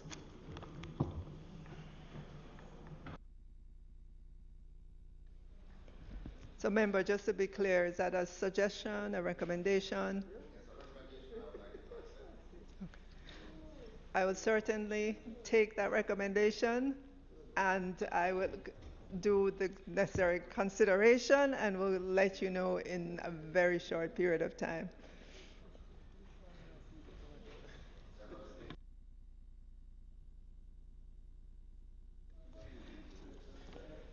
Okay. Mr. Speaker, on another statement to the Parliament, this is to advise that Cabinet has approved the re-establishment of the Jamaica Energy Council, a national decision-making body to see to the continuity of policy and sustainable development of the island's energy sector. The Council aims to facilitate consensus and minimize the negative influence of partisan and other forms of special interest groups and individuals on the energy sector. The body will be chaired by the Minister of Science, Energy and Technology and comprise representatives of the following entities: Opposition Spokesman on Energy, Consumer Affairs Commission, Ministry of Economic Growth and Job Creation, Ministry of Finance and the Public Service, Ministry of Transport and Mining, Ministry of Local Government and Community Development, Planning Institute of Jamaica, Jamaica Public Service Company Limited, Jamaica Solar Energy Association, Jamaica Gasoline Retailers Association, Jamaica Promotions Corporation, Development Bank of Jamaica, Private Sector Organization of Jamaica, Jamaica Chamber of Commerce, Jamaica Institute of Engineers, Jamaica Institute of Architects, Bureau of Standards Jamaica, and academia. Mr. Speaker, for background, the Jamaica Energy Council was initially established by a decision of Cabinet on March 12, 2012. It is supported by the National Energy Policy 2008 to 2030, which provides the framework to pursue a comprehensive program for improving our island's energy efficiency, facilitate fuel source diversification, and long-term energy security. The Jamaica Energy Council will focus on energy conservation and efficiency, as well as the development of clean and renewable energy sources.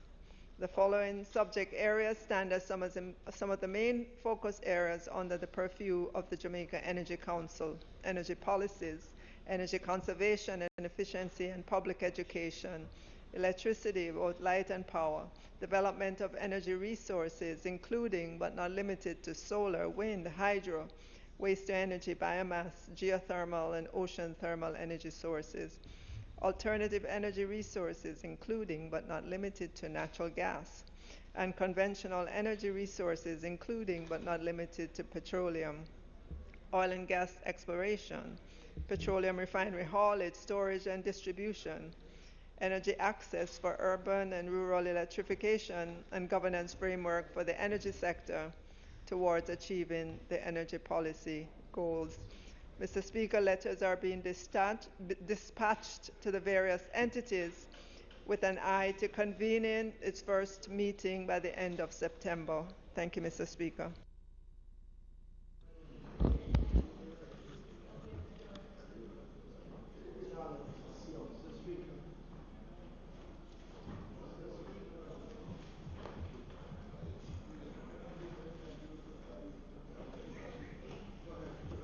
Go ahead. Thank you very much, Mr. Speaker. Mr. Speaker, you can imagine how delighted I am that after 3 years of clamoring and beseeching, we want to commend the Minister for reinstituting the Jamaica Energy Council. It was a good body to have been established in 2012, and as the member from North Central, St. Andrew, and Western St. Mary, they can attest, it was a fine body of stakeholders coming together to implement the national energy policy. So I think it augurs well, and to take this issue of energy outside the realm of the cut and thrust of competitive politics and to see it as a national objective of having energy security. Just one question, Minister. I am suggesting that you might want to contemplate the voice of the workers on this, the Jamaican workers, on this Energy Council, and probably might want to consult with the joint trade unions to see how the workers' voice could be properly represented. I noticed that I don't see PCJ and Petrojam on it, but I suspect they would be there regardless as a part of the ministry. So I'm assuming that PCJ and Petrojam will also sit when the Energy Council sits as well.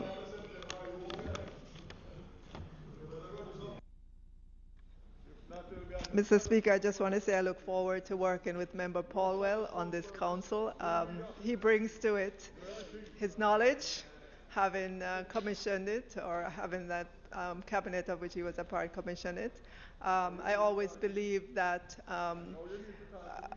successive governments should continue the good policies of prior governments. That's the only way we can accelerate our economy. Thank you.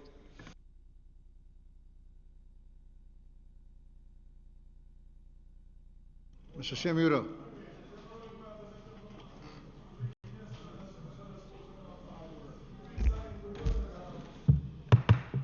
Order, please. Proceed. You go down there. It's public business. Huh? Huh? Announcements? Yeah. No, go on, man. No. Announcements. Eh? Just announcements, and then you go to announcements.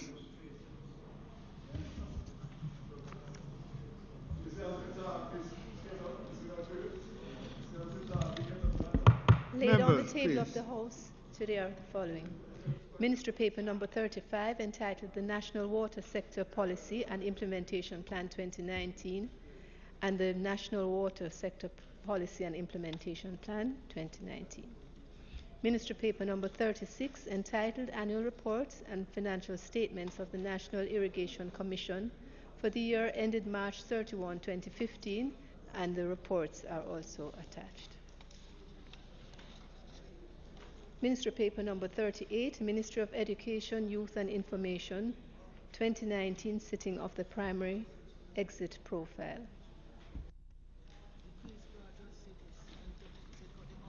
Bills brought from the Senate.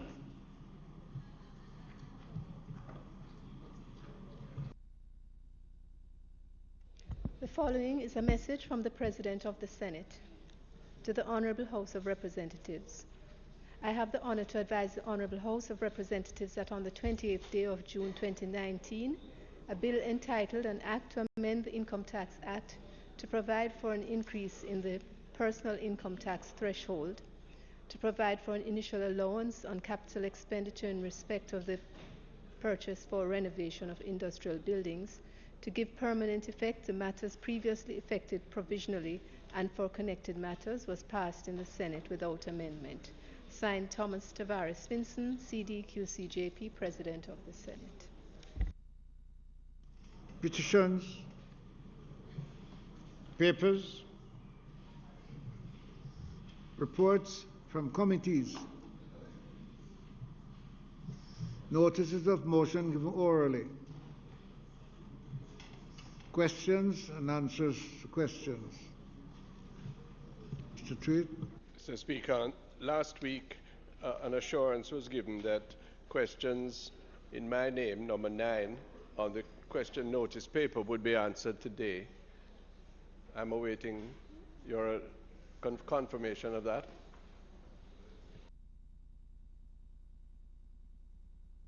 Mr. Shemura, do you have an answer for Mr. Tweed? Speaker, we would have to ask for permission to allow us to take questions as we have passed question time. But that notwithstanding, the fact of the matter is that, yes, the minister's question, an undertaking was given to have it done, and we will certainly seek to respond.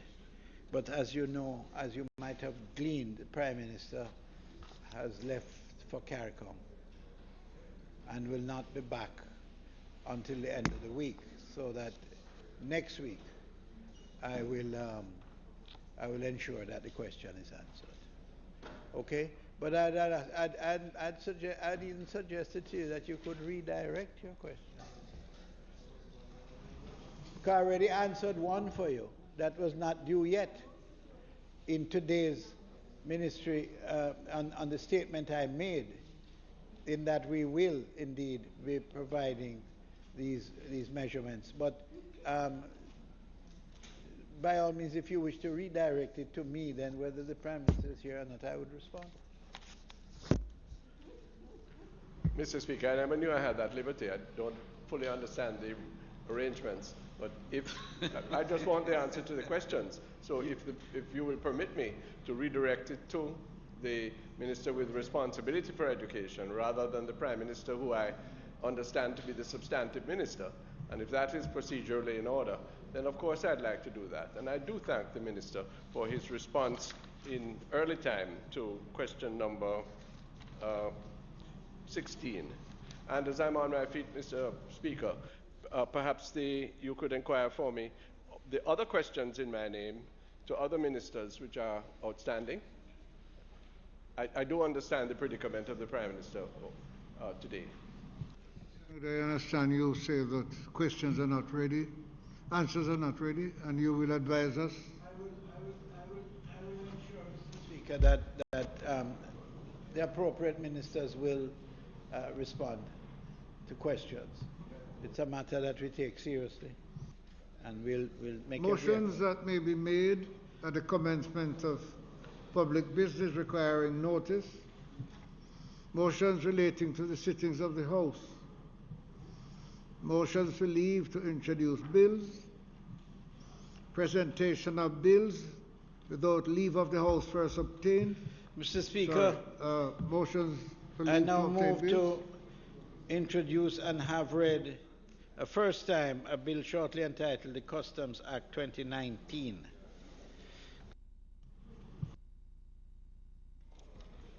A bill shortly entitled the Customs Act 2019 read a first time. Mr. Speaker, I beg to give notice of second reading of the bill.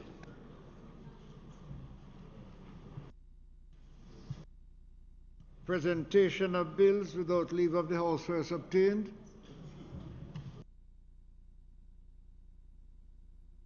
Public business. Mr. Speaker, in keeping with the practice in the sectoral debates, I'm inviting you to ask the member from Westmoreland Western to make an opposition spokesman on tourism to make his contribution at this time. He will be followed by the member from Western St. Andrew, who has a very interesting submission. He seems surprised at the fact that we are calling on him. Perhaps he hadn't looked at the order paper, but nonetheless, he was supposed, in the unlikely event that you're not ready to do it today, you could advise us and we will postpone it for another day. Mr. Chairman, I would much oblige. I had a previous meeting in another court, not this one, today, and I just arrived a few minutes ago. So may I request that it be put over to another time, another date, when I am so prepared to address. In a different atmosphere, I would say that I would have to charge the leader of opposition business for not having communicated. But we won't do that today because we have had a good day. So we will see to it that you make your contribution next week.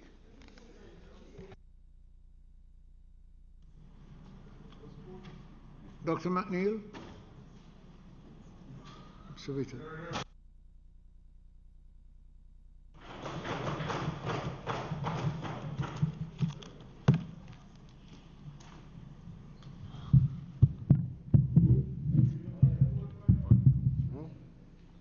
That's campaigning.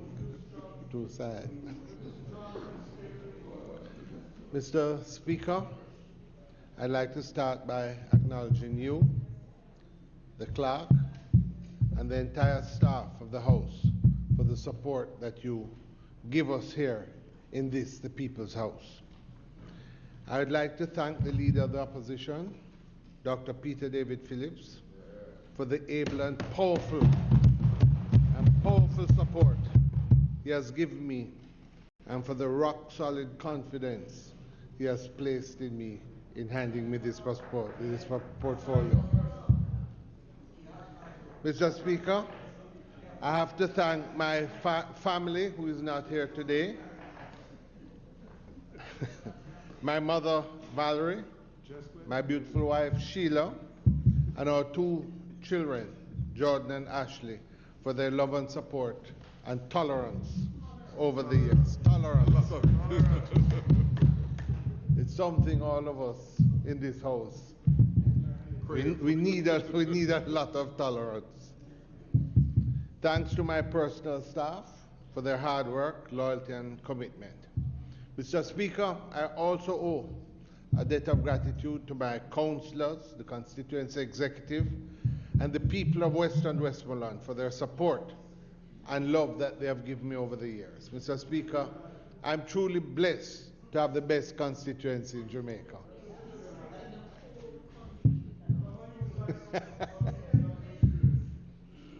Mr. Speaker, today in my contribution to the debate, I'm going to be focusing on some topical issues in the tourism industry, providing an overview of the sector and concluding by suggesting a way forward. Mr. Speaker, tourism is doing well. However, there is work to do. We must deepen the opportunities provided by the multi-million-dollar sector and spread the wealth among Jamaicans up and down across this beautiful island of ours. Let us begin with the issue of ensuring that our workers in the sector are provided for in their winter years. Mr. Speaker, the recent passing of the Tourism Pensions Act signals what can possibly be a new day for tourism workers in Jamaica.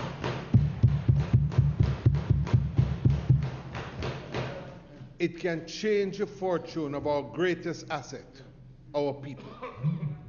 And for that, I'm happy that the minister has finally brought the bill to its conclusion.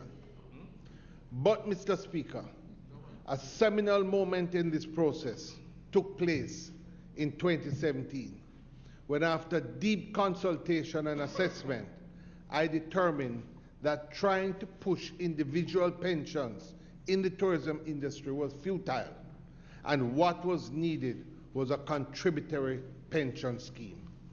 And in this regard, I want to place on record my heartfelt thanks and congratulations to 2 sets of people. The Jamaica Hotel and Tourist Association, who in 2015, the association's leadership and I, as Minister of Tourism, signed a memorandum of understanding. That MOU has borne fruit and led to this watershed moment. And secondly, the Pensions Advisory Council, which I had set up and which was chaired by Daisy Coke. Mr. Speaker, the Council worked with us from 2014 and continued straight through both administrations to the passing of the Act.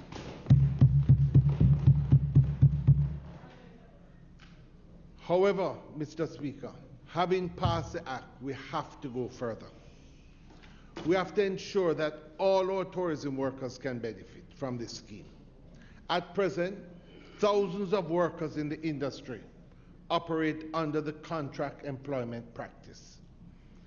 The excitement in the industry surrounding the passing of the Pensions Act has been tempered by concerns of workers who don't feel they'll be able to participate. You, as a member with a lot of tourism workers, will find that. So, Mr. Speaker, I'm again urging the Minister to have this matter addressed in the regulations and in a timely manner. We have to ensure that this pension scheme, that the contributions are paid from the employers, whoever they may be. Also, Mr. Speaker, for the scheme to have its full impact, it must expand beyond the accommodation sector to all the workers in the industry. I'm calling on the minister to lead by example by ensuring that for those workers in sector affiliated to government, the tourism ministry must pay the employees' contribution and ensure that these workers are vested in the scheme. I am recommending that they start with the RAF captains, which is a point I've made before, and others employed by the Tourism Product Development Company, and send a signal of the government's commitment to this pension scheme. Mr. Speaker, I now turn to the state of emergency. Mr. Speaker, this year the government implemented a state of emergency in St. James, Hanover, and Westmoreland. While it seems to be suppressing the crime problem in Westmoreland, it is also having a severe negative effect on small businesses. Mr. Speaker, last week, I met with some small entrepreneurs in Negril. The pan chicken man, the shopkeeper, the street vendors, the entertainment sector, the small bars, the corner shops and restaurants, they're all crying out. Mr. Speaker, they have seen a real downturn in their earnings. Week before last, Friday at 9 o'clock, I drove in to Negril out of a meeting in the constituency. I drove on Norman Manley Boulevard, and when I went there, nothing was open. Everything was closed. There wasn't a pan chicken man, not a drinks, nothing. Everything locked down at 9 o'clock. I had to turn around and drive back into the town to one of the larger establishments to purchase some bottled water. And so the people feel that the business is being transferred from the small businesses to the big businesses. And that unfair treatment is being meted out to them. What makes it worse is that early next month, there'll be Dream Weekend. And venues will be open until all hours of the morning. And it is felt that those who will benefit are the external entrepreneurs. Then once it is over, the place will again be locked down. Mr. Speaker, we need Dream Weekend in Negril. It has done remarkably well for the economy down there. But it is my firm belief that the same treatment given to one must be given to all. Do you see how this looks and why people say that it is only prosperity for a few? The jerk chicken man, the jerk chicken man will not sell off his product by 9 o'clock. He's now told that he has to be off the street by 9. Normally they're coming at 9 o'clock. We eat at 10, 11, 12 o'clock at night. So he can't sell off his product by 9 o'clock on a normal night. So what is he to do? The little man has to come off the road, but the big man is allowed his time. We must find a better way that satisfies both the control and or eradication of crime without inflicting irreparable harm to the earning abilities of our citizens. Absolutely. Yeah.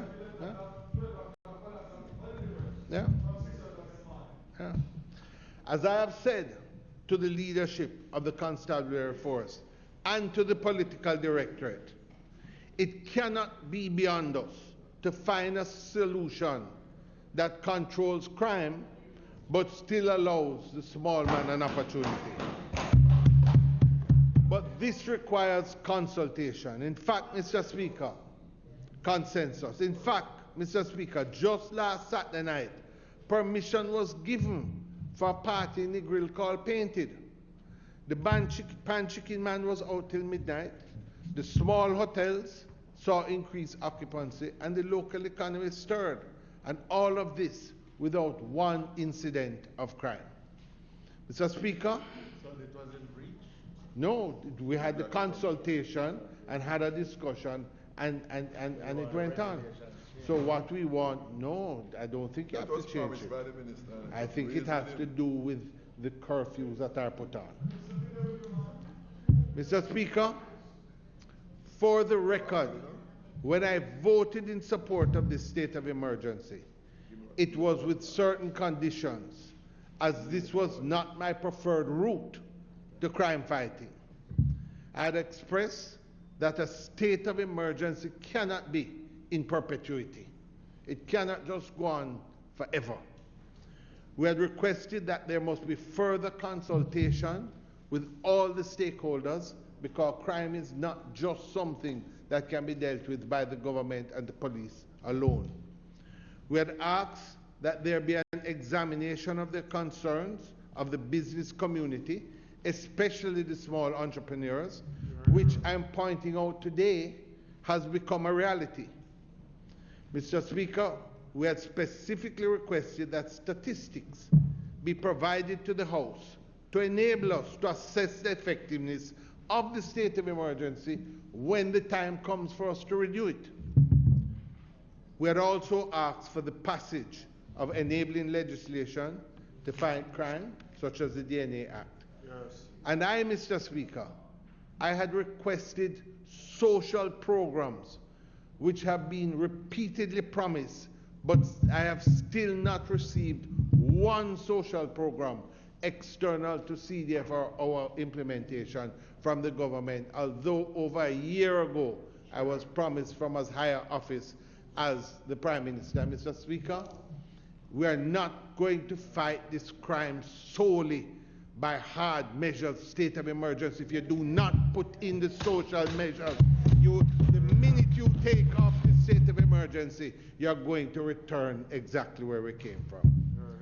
Mr. Speaker, the initial 3-month period is well underway, and very few of these issues have been addressed, and I'm sure that the spokesperson will deal with them more fulsomely next week.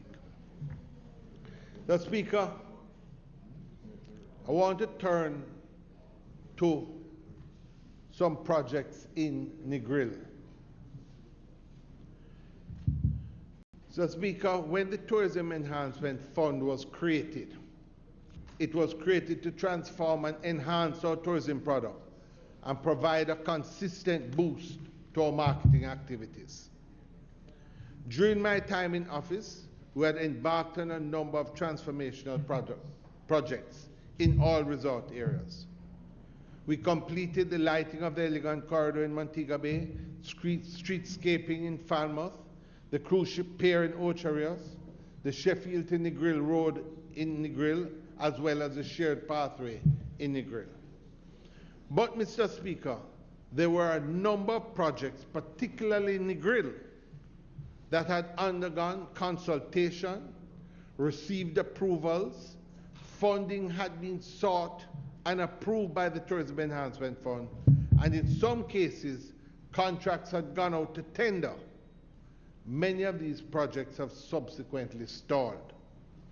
These include the Norman Manley Beach Park, the Negril Craft Market, which the Minister in his 2nd month in office visited the craft market and made a commitment to continue with that project to the craft traders, and the lighting of the shared pathway, which has not been completed and about which the police constantly are speaking to myself and the Chamber of Commerce, because a lot of the robberies and hold-ups, knife and so forth are happening on the shared pathway, and we have not been able to get the lighting. Over the last 3 years, meetings have been held, promises made to me, the Negril Chamber of Commerce and others, but to date, no follow-up on these projects that are important to Negril. Mr. Speaker, approximately 25% of all the stopover visitors that come to Jamaica, and consequently the earnings of TF, 25% of the $6 billion that comes in every year, $6 billion, and 25% of those visitors come from Negril.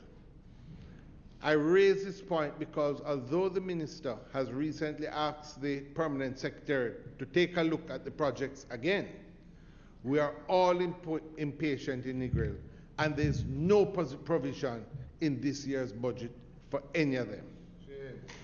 It is interesting, Mr. Speaker, that ground was broken on the beach park in Montego Bay, a project that I had initiated the design phase for, gotten the architects, while at that point the Negril Beach Park was completed and put out to tender, and ground has been broken on that one, and the Negril Beach Park still languishes.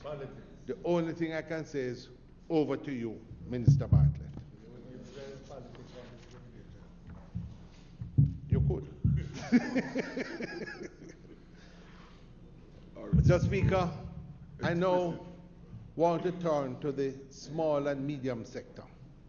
Mr. Speaker, the small and medium hotels, the villas, the apartments, a lot of what makes and defines Jamaica and the character of our tourism product in Jamaica are the small and medium hotels. As a matter of fact, if you look at the surveys that we do, a lot of the persons who come here and stay at the villas and the apartments, the ratings are off the charts. You know, they come, get a big villa, have a couple bedrooms, 2-3 families, kids there, they have the swimming pool, they go out to eat breakfast in the morning, they move around the countryside, great ratings. While we continue to get acceptable growth rates in arrivals, this is disproportionate to large properties. Many of our small hotels and villas and apartments continue to struggle. Mr. Speaker, we cannot just focus on growth in visitor arrivals and overall spend. We must also look at the impact of tourism on the local economy. When we speak of the average retention of the tourism dollar being between 30 and 40%, in these smaller properties, it is closer to 80%. They buy in the supermarket and from small farmers. Their visitors walk out into the community, purchase food on the road at the restaurants and corner shops. So we must have an interest in protecting them. Many of these small properties remain vulnerable because a large part of the sector is now vertically integrated. The companies building the hotels now own not just the hotel, but they own the plane that is bringing the tourist, the visitor. They own the travel agency, they're affiliated with the tour operator, and they own the destination management company. They're buying the buses to move them now. These small properties do not have the ability to market in the economies of scale or to bulk buy airline seats as a larger conglomerates can. Mr. Speaker, I am recommending that the government increase its support for this grouping.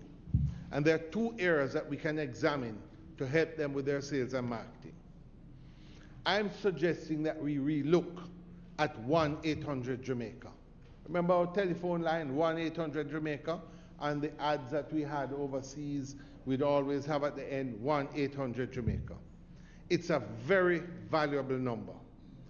We closed it down years ago because at the time, the parent company, Jamaica Reservation Service, was losing money. And we had Air Jamaica Vacations at the time running, and so it was almost competing, performing the same performing the same function. But I believe that bringing back 1-800-JAMAICA, along with a strong online presence, targeting this group, the smaller sector, and twinning with Jamaica Vacations, that's JAMVAC. JAMVAC is our agency that does seat support. So they get about $4 to $6 million US a year, and what they do is the charters that come in, they give them support. These persons could come together, and what they would do is allow our smaller properties to sell online through and pull together packages for them. So, Mr. Speaker, at present, our smaller properties now just have a site online. So they sell on their website or through travel agents and tour operators. This proposal of putting in 1-800-JAMAICA will offer a third option to them, which can help them construct cheaper packages, because with the influence of JAMBAC and JTB, who are out there supporting the airline, supporting the other partners in the industry, they can assist with pulling together bulk rates and allow the smaller properties to now come together and merge and pull together. And it doesn't have to be even the government that has to operate it. They could probably look at getting private sector to get involved in it. At the end of the day, Mr. Speaker, I think these thoughts are worthy of consideration, because this sector is a sector that we must protect if we want the character of our tourism to remain what it is. Mr. Speaker, I now turn to ganja, sensimilla, weed, cannabis. Mr. Speaker, what role should ganja have with tourism? In 2015, the previous administration decriminalized the use of cannabis in Jamaica.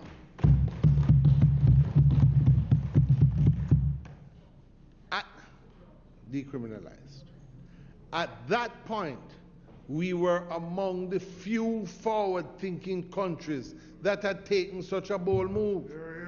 At that time, we were ahead of the curve. 4 years later, is that still the case? According to recently published statistics, and these statistics were published, and 37,000 acres of ganja is grown in Jamaica. This is something that was put out by the United Nations. 37,000 acres.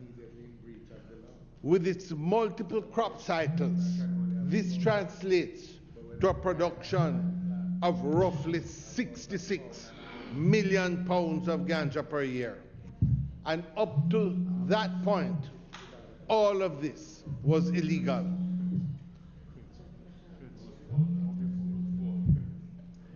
Given the estimated value of between 9,000 and 22,000 Jamaican dollars per pound, this equates to an astonishing $1.48 trillion, or approximately 70% of our GDP.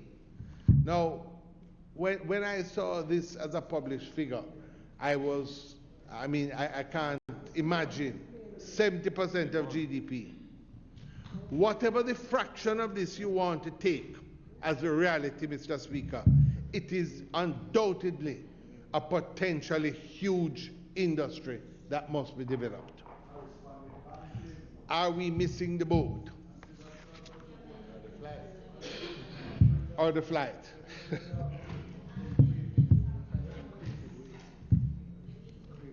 Yeah. Well, Mr. Speaker, there are tremendous opportunities in strengthening the linkages between ganja and tourism. I will readily say that this is not for every tourism entity, but there are opportunities for those that are so suited. Already, Mr. Speaker, an interesting thing happened. I was talking to some persons about this, and I said to them, and they said to me, well, you know that what some people, when they talk about Airbnb, to some people Airbnb is air, bed and bud. And they're talking about sensimilla bud. So it's not breakfast, but air, bed and bud. So it is imperative, and bud. Air, bed and bud.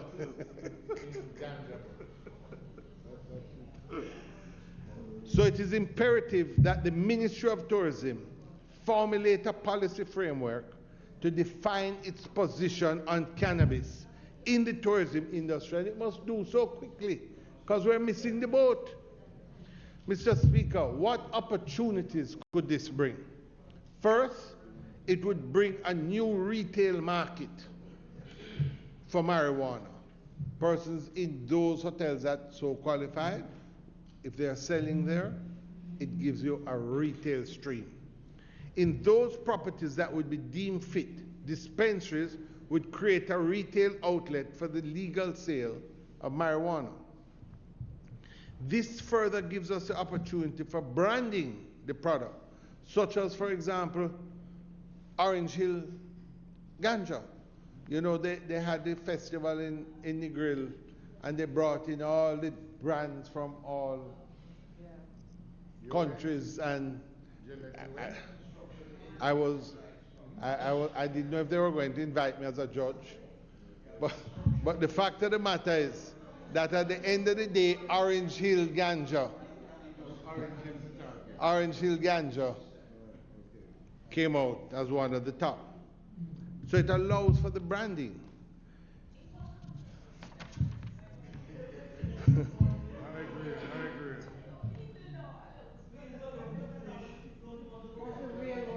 This source of funds from the direct retail market can be used by the farmers, for development, to ensure that we do not fall behind in the technological commercial world market that is now being developed. One of the problems is persons know Jamaica for ganja. They talk about it. But the truth of the matter is that right now, people are developing it themselves. If you have epilepsy, you have one. If you have a pain in the left shoulder, you have another one. It's becoming very specific. And what has to happen is we need to stay ahead of that curve. And that sort of research and development is going to need dedicated funding. And so one of the areas is if we can get the retail market to give the farmers and the developers some capital. Investors have already indicated that they would join in partnership with the farmers to help finance a resource for this development. Our local farmers would truly benefit. There's also the opportunity for tours. These can be set up for those who want to visit approved farms and would be in additions to the attraction market. Again, your farmers and growers would benefit. You know, there could be a lot of tours given in certain areas of my constituency. So there's already product. There's already product.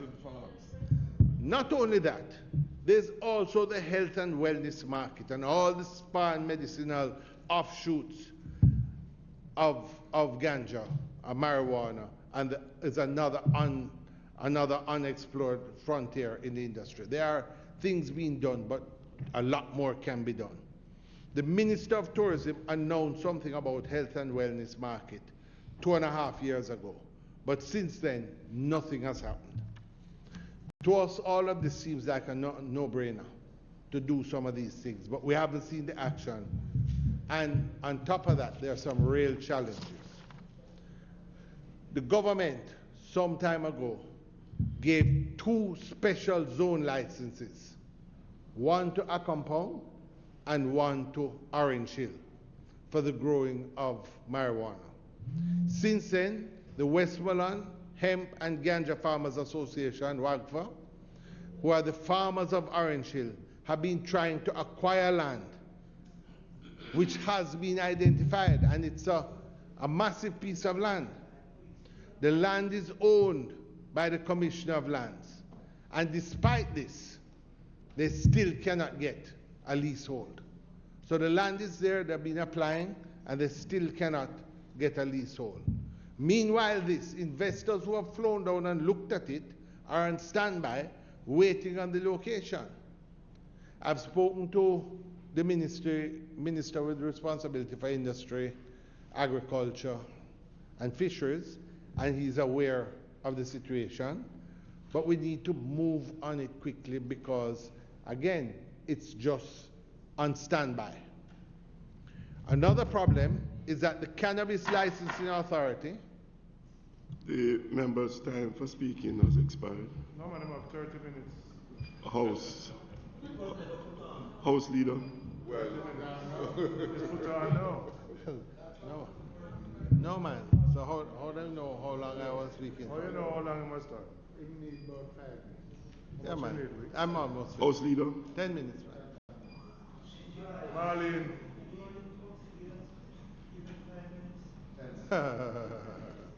Mr. Speaker, may the Speaker's time be extended sufficiently to allow him to conclude his presentation.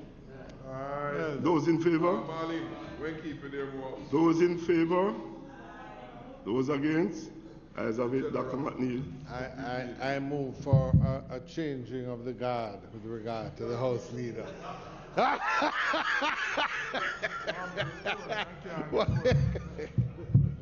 right. Very good. Another problem, Mr. Speaker, is that the Cannabis Licensing Authority licenses the properties that apply for the dispensaries, but the role of the Jamaica Tourist Board is uncertain in tourism entities, as they also play a part in the licensing process. The recommendation of the Jamaica Hotel and Tourist Association is that these properties, those properties that want to apply and qualify, should be allowed to go ahead, but there's still an uncertainty about the way forward in the sector. Mr. Speaker, we need the Minister of Tourism and the Ministry of Tourism to outline a formal policy framework to govern cannabis in the tourism sector, including how they intend to or not to act as a catalyst for the Cannabis Society. What is their true position? And secondly, the Ministry of Agriculture and the Commissioner of Lands need to work together with local producers, such as WAGFA, to formalize them and allow us to make the appropriate linkages to facilitate this potentially huge economic contributor and to make it a reality. Mr. Speaker, in closing, our tourism arrivals continue to grow. A major influence in this growth is the number of new hotels that have opened up in the industry. We on this side of the House have played a significant role in making this success a reality as we lay the foundation on which it has been built. The surge in investment started in 2013 and continues to today, and it did not come by chance. It came through strong, positive economic policies that were planned and executed and that placed Jamaica in a positive light and made it attractive to investment. To this end, Mr. Speaker, we must congratulate the then Prime Minister, Portia Simpson Miller, and the Minister of Finance of the time, Dr. Peter Phillips, who made these changes.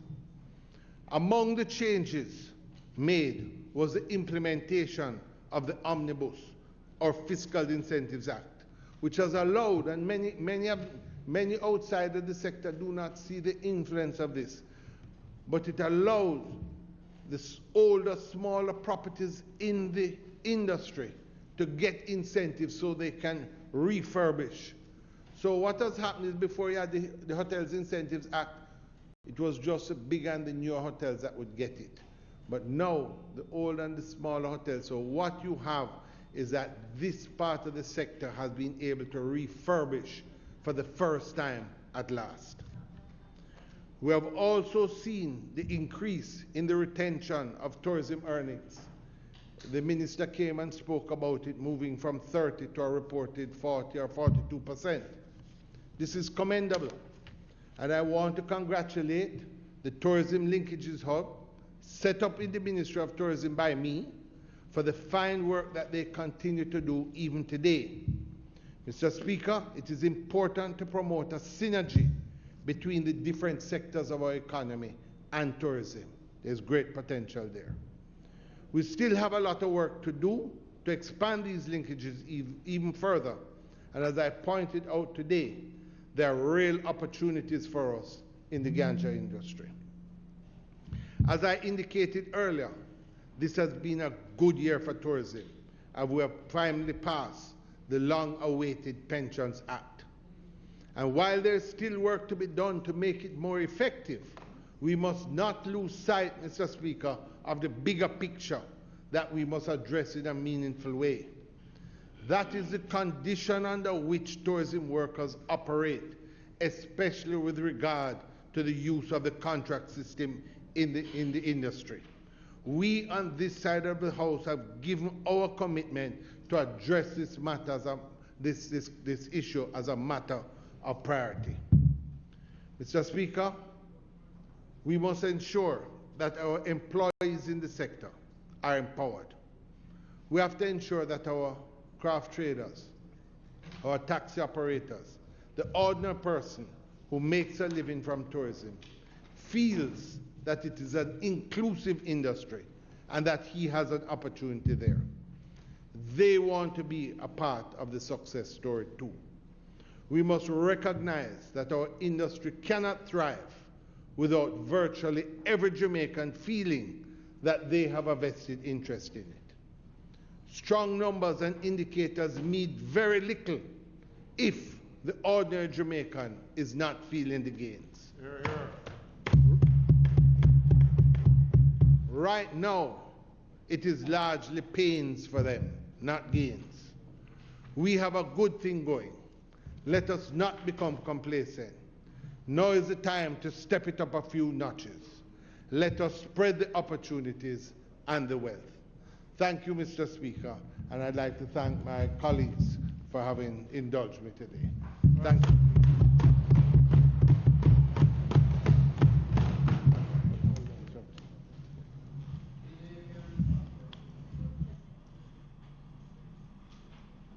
House Leader.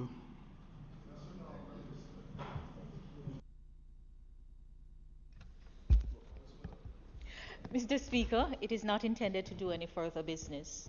I therefore ask that the House be adjourned until next Tuesday.